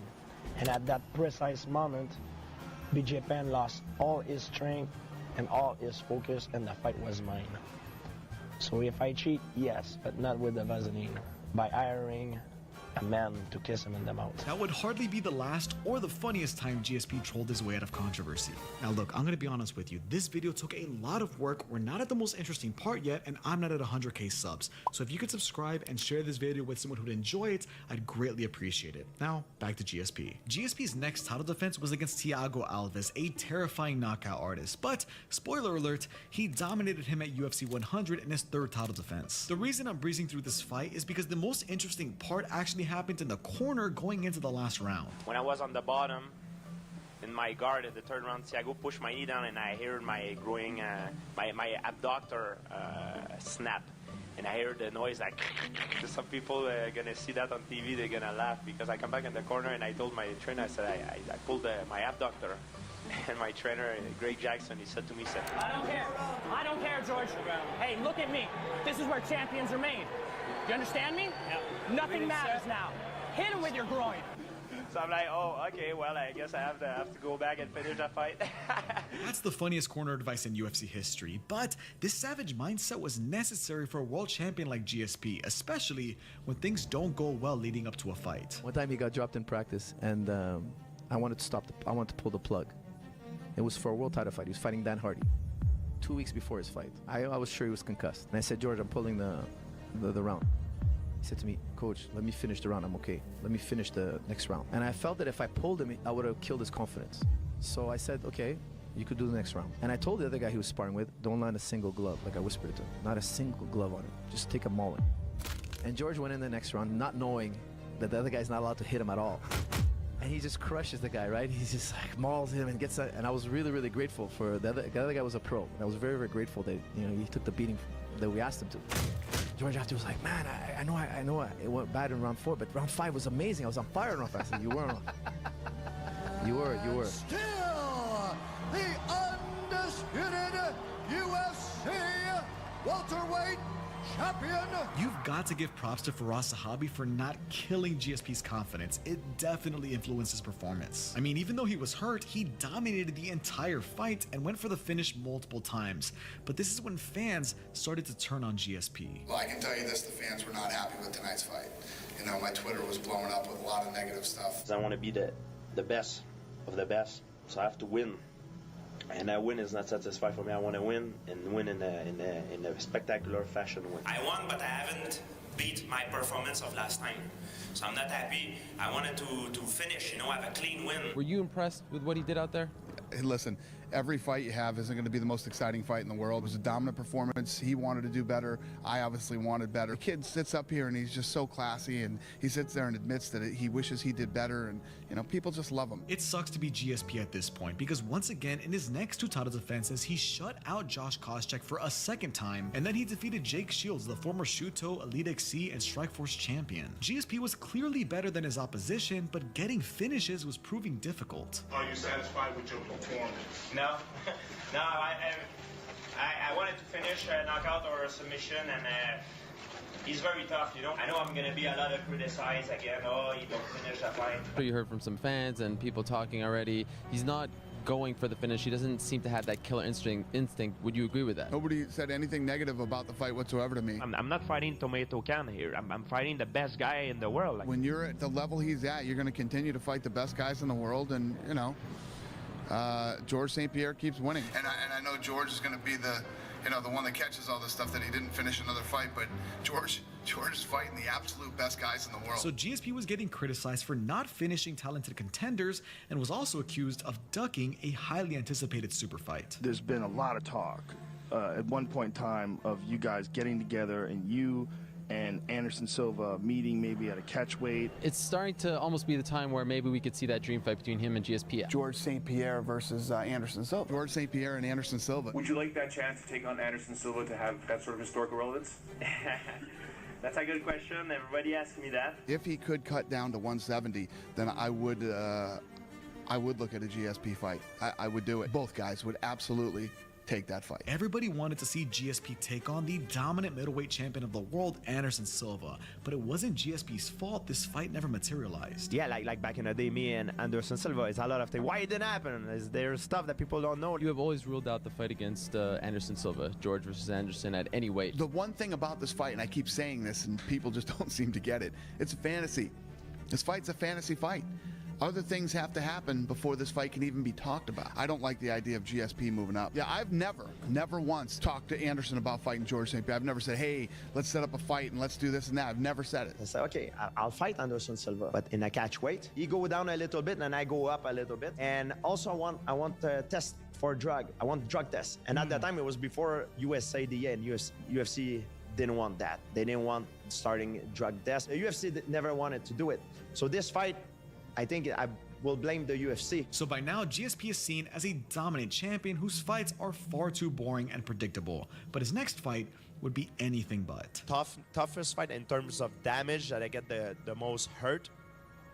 It's my fight with Carlos Condit. GSP was facing the natural-born killer Carlos Condit, the former WEC welterweight champion and now interim UFC welterweight champion. You know, I think that I have a skill set that matches up well with George. I have something to prove to myself, and I want to prove to myself that I'm still the best guy in the world, and I believe the best guy right now is Carlos. So it's up to me to come and prove it that I'm better than him. It's not weaknesses in Carlos' game.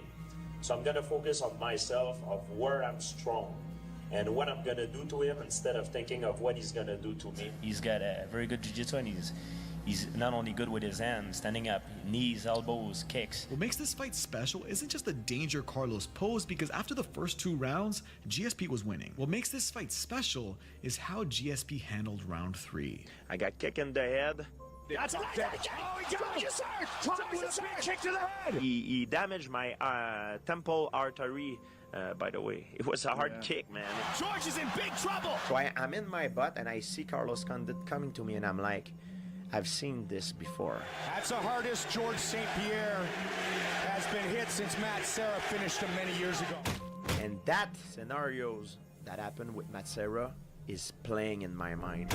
And I know now that if I try to stand up right away to get back in the fight because of my ego, to show him that I'm not hurt, I might get knocked out. Instead of telling, oh, I need to give it back to him, I fall on the ground. I said, you know what? Yes, I got caught. I lean back, I use the guard, the shield to parry the punches. It's time to defense. Catch up your breath, catch up your senses. And I'm able to survive it. We are headed to the championship round. We got ourselves a fight.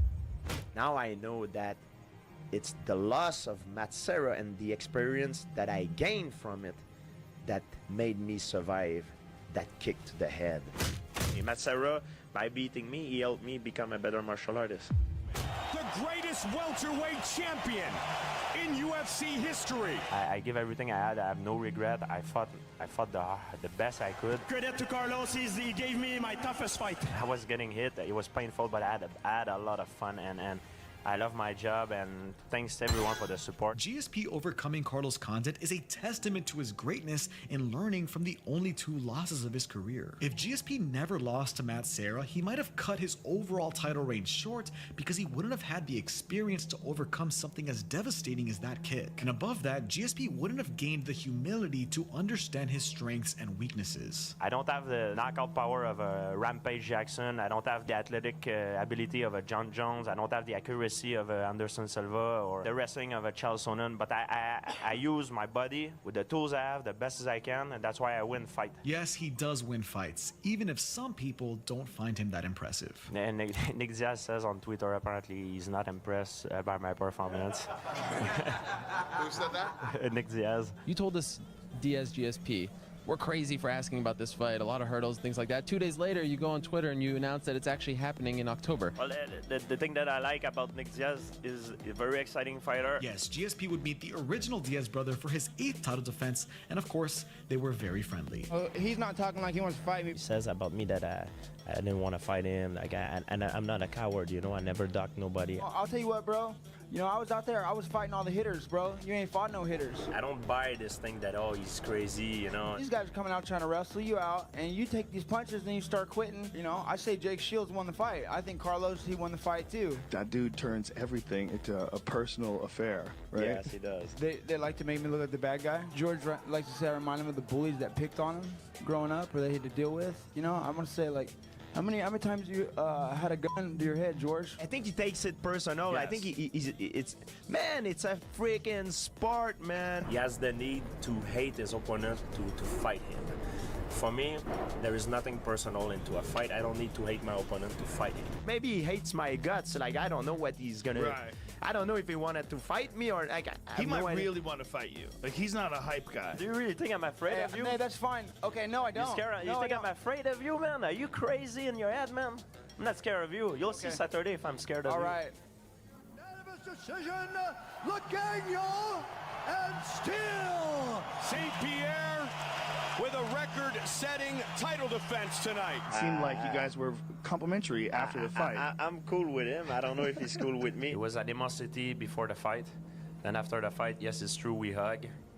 And then right when I went to do an interview with Ariel Lawani said that he just said that I hit like a girl, that he wanted to fight me in a rematch immediately. So Once again, GSP shut down an accomplished fighter in a dominant title defense, but Nick Diaz had a few excuses. he said for my fight that I poisoned his IV. They poisoned my IV with some kind of weird-ass drug. My rap was wrong. And he had something wrong with his raps. That I was on steroid. I know that they didn't test us because they was filling up all our piss inside little film containers.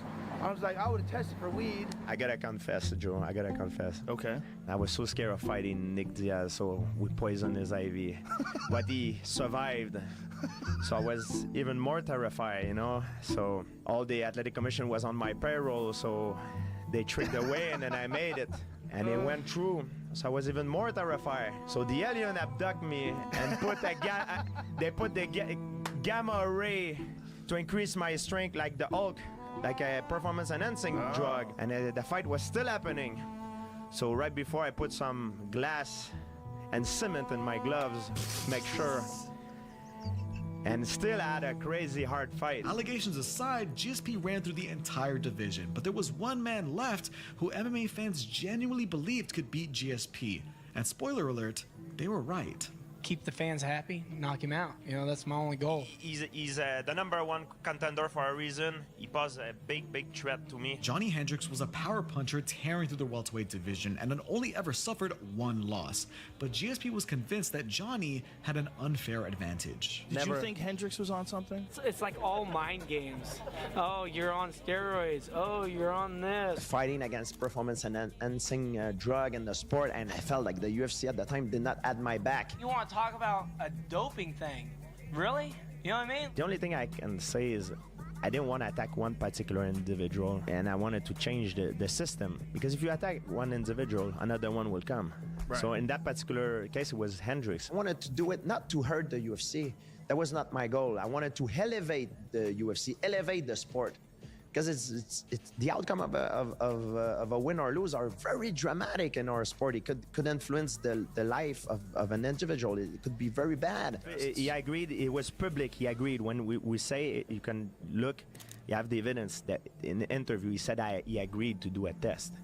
But then he said, no, I did not agree because also the UFC told him to not agree. The UFC told him. He picked the wrong guy to do a drug test. Why didn't he do a drug test 6 years ago? Huh? The last 6 fights, for the last 6 years, he hadn't done one. Why won't you do it now? Yeah. Why won't I do it? Because he's on VADA. VADA, his face is all over the front page. But you do it for everybody. Huh? I don't wish people bad luck, but if you cheat, man. And a lot of people got caught. UFC the Athletic State Commission of Nevada said don't do VADA. So you don't want to say whether or not you suspect that Johnny Hendricks was doing something, but there was people that were definitely doing something. Yes, I don't have the evidence. Maybe he did, maybe he didn't. That's a good way to look at it. I don't want to accuse. I don't care if he passes. I didn't care if he took the drug test. I want him to be the best GSP he can be. And if that's on something, that's on something. And even though he's posing a lot of threat, I'm confident I'm gonna win the fight. But unfortunately, that was false confidence. Before I fought Johnny Hendricks, I was going through. I was afraid to talk about it because I thought that people will not respect me and will laugh at me. The first round he came out, he tried to establish a jab, which wasn't working. He was trying to throw a couple of kicks. I checked everything. I felt like I was like kind of a feeling of a claustrophobic feeling, you know, like I couldn't breathe well, I couldn't sleep well, my mind. Too much pressure? Too much pressure, personal problems, so much stuff. He did get the takedown, but at the end of the first round, I ended up getting a takedown, and I thought I controlled the fight from there on. The first round, he was already cut. I was going through a depression, and people will be like, "Oh, what he has to complain of? He's rich, he's popular, he's the champion. Some people are poor. Like, what he has nothing to complain." But I felt like I had too much on my shoulder. Besides the first round and the fifth round, those are the only 2 times he got a takedown. The third round, he was bloody and blue. I did feel well, And I was trying to perform under those conditions, and it was catching up to me. Fourth round, I took him down and grounded pounded, I don't know what, a minute, something like that. Do I look like I got in a fight? Not really, right? I've pretty much controlled everything that they thought GSP was going to troll on me, I did to him. What a fight. I think we may have a new welterweight champion. I just beat the pound-for-pound best fighter in the world. You know what I mean? Like, look at him and look at me. He did it. Hendricks beat George St. Pierre. All he needed was for the judges to make it official. And still the undisputed. I'm blown away that George St. Pierre won that fight. I absolutely won this fight, and some people took it away from me. And listen, I'm a promoter. He's the biggest pay-per-view star on the planet for me, and I still don't think he won that fight. Listen, everyone, it was a lot of talk about what's going to happen. I have a bunch of stuff in my life happening. I need to hang up my glove for a little bit, at least make a point on my life. Are you retiring right now? Is that what you're saying? I have to go away for a little bit. You don't just say, hey, I'm going to take a while off. Maybe I'll be back. Maybe I won't. Just need to think, and you know what I mean. See what's gonna happen. You know. You owe it to the fans. You owe it to that belt. You owe it to this company, and you owe it to Johnny Hendricks to give him that opportunity to fight again. Stuff going on in my life. It's my personal life. I cannot speak to you about this. You're a reporter. I know your job is to make things public, but I have a personal life. I keep personal some of my stuff. I do want to be fair in saying that I do believe Hendricks should have gotten his hand raised that night. However, it is also worth noting that Hendricks had a catastrophic decline in his fighting ability with the introduction of USADA in the UFC. He was practically unrecognizable as a fighter, which, to GSP's point, may support that he had an unfair advantage. But beyond that, we have to remember that great fighters like Khabib and John Jones also collected controversial victories, with John Jones beating Dominic Reyes and Khabib having a very similar situation with Gleison Tibau. But that's neither here nor there, because after Hendricks, GSP relinquished his title, concluding his time as the welterweight champion for good. Why did you take 4 years off, by the way? Why did you? I think I was in depression a little bit. Carrying all that weight of being champion, defending the belt, the criticizers and everything, it took a toll on me. GSP disappeared from the octagon for 4 years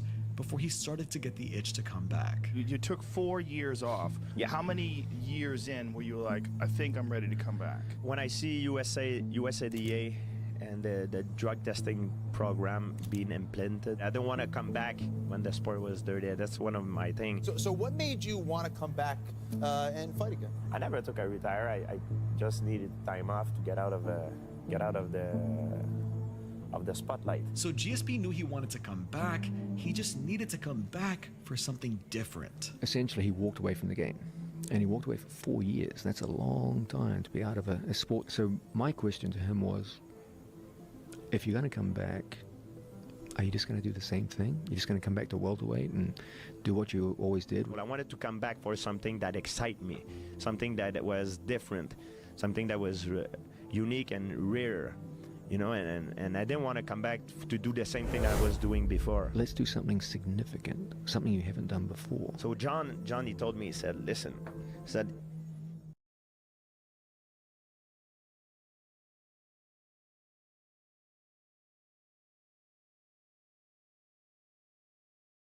Oh, oh, oh, my words! Oh, oh,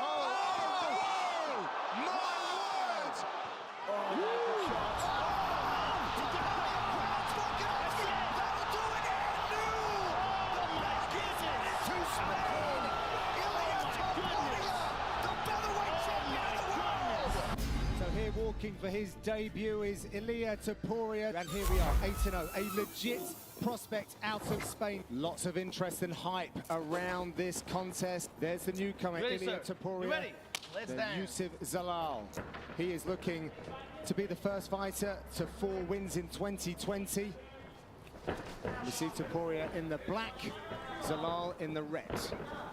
The challenge for Topuria here is trying to set up that takedown because Zalal's movement is constant. And I like that Topuria will attack the body. You saw him go with the jab there, and he loves that liver shot. He will dig in with that punch, but does have to put you up against guard there.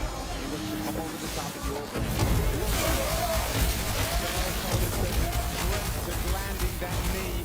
He thinks that's going to be his ticket to his first finish in the Ultimate. Yeah, as Karen said, for an instant, Zalal looks like a white belt. And that's a man who's got, to your point, Paul, 5 submissions on his resume. Trying to finish this takedown here. Watch the neck, Zalal's wrapped around the chin. Shuffling for that's a statement. And that's straight over background. Straight over as well, into mounts. Zalal's got to be careful with his neck. Zalal just earned some Georgian air miles with that one. Good lord. Here we go. And he's setting up that arm triangle. Head and arm choke, may even take the back from him. Yes, pick your poison for Zalal right now. Good work for Zalal clearing that hook. Oh, he's looking, he's going to dive in on that arm in. Yeah, that was interesting, right? That he kind of gave up the back to the side. Yeah, it's like what Jack Comansin does with the Joker team. Good work here by Zalal. Hand fighting, he's controlling the wrist. He's going to try and work back to his feet, still not out of danger. Look at the power to build, muscles him down. Using a lot of strength here, though. And he puts his face here. He just tightens and tightens. Yeah. He'll cinch this up, turn this into an Using his knees to manipulate that elbow of Zalal. Now he's going to try that. Now all he's got to do is come. Yeah, he's looking to clinch around his elbow. Zalal's done a great job though. He's trying to Did a really good job. That's what Amir Khan did against Danny Henry when Henry was trying to push on the hip to stop that. He trapped that arm. But Zalal did one better there.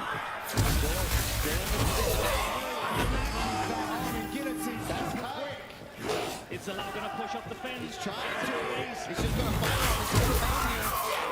Now he can hip in. Now he's going to hip in. Zalal fighting through this, doing a great job. He's switching it. This is what the point is. It's non-stop. One submission to the next. He changes it together so well. Right now, what's saving Yusuf is that arm across the belly, but you see the look on his face. He's hurting, but nice job from Yusuf. Great job. Well, this white belt in inverted commas is doing pretty good so far. Still not out of danger though. A hook's in. Zalal back to his feet. Oh, it's going to stretch him out.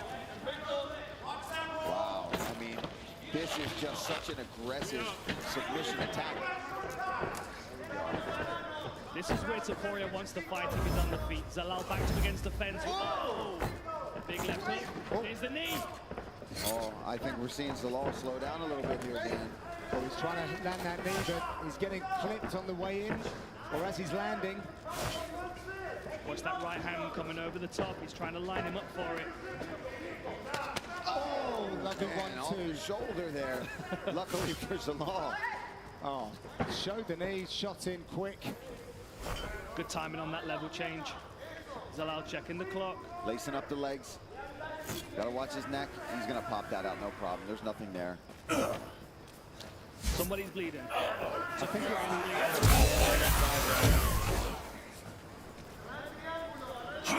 just pulls Zalal in, strips his base away. Triangle attempt, no problems. Throws the legs right off to the side. Looking for Mountain here. He's in half guard. Right now he's going to wrap that neck. Immediately, right? He wastes no time. As soon as you get any glimpse of that neck, he grabs a hold of it. Trying to slide. Looking for this mounted guillotine. Hold that in the cage. Yes, hold that in the cage. Across the mountain. Now he's driving off the fence himself. Yeah, he's got that tight, a bit like your friend Sean Brady had that mounted guillotine, but Zalal got out of that. Yeah, I mean, it's just, some guys are so good at just wrapping, baiting you in. Oh, no, I've only got one arm. And then like Sean does, it just skips into you. And then freaking out and get out of there. Oh, and now he removed the arm from the guillotine. Now he's solely on the neck. Oh, that's it. That's going to be tight. He might be out. He's not moving. No, his arm's still there. He's all not. right. Sorry, he wasn't moving. Oh, nice work by Zalal.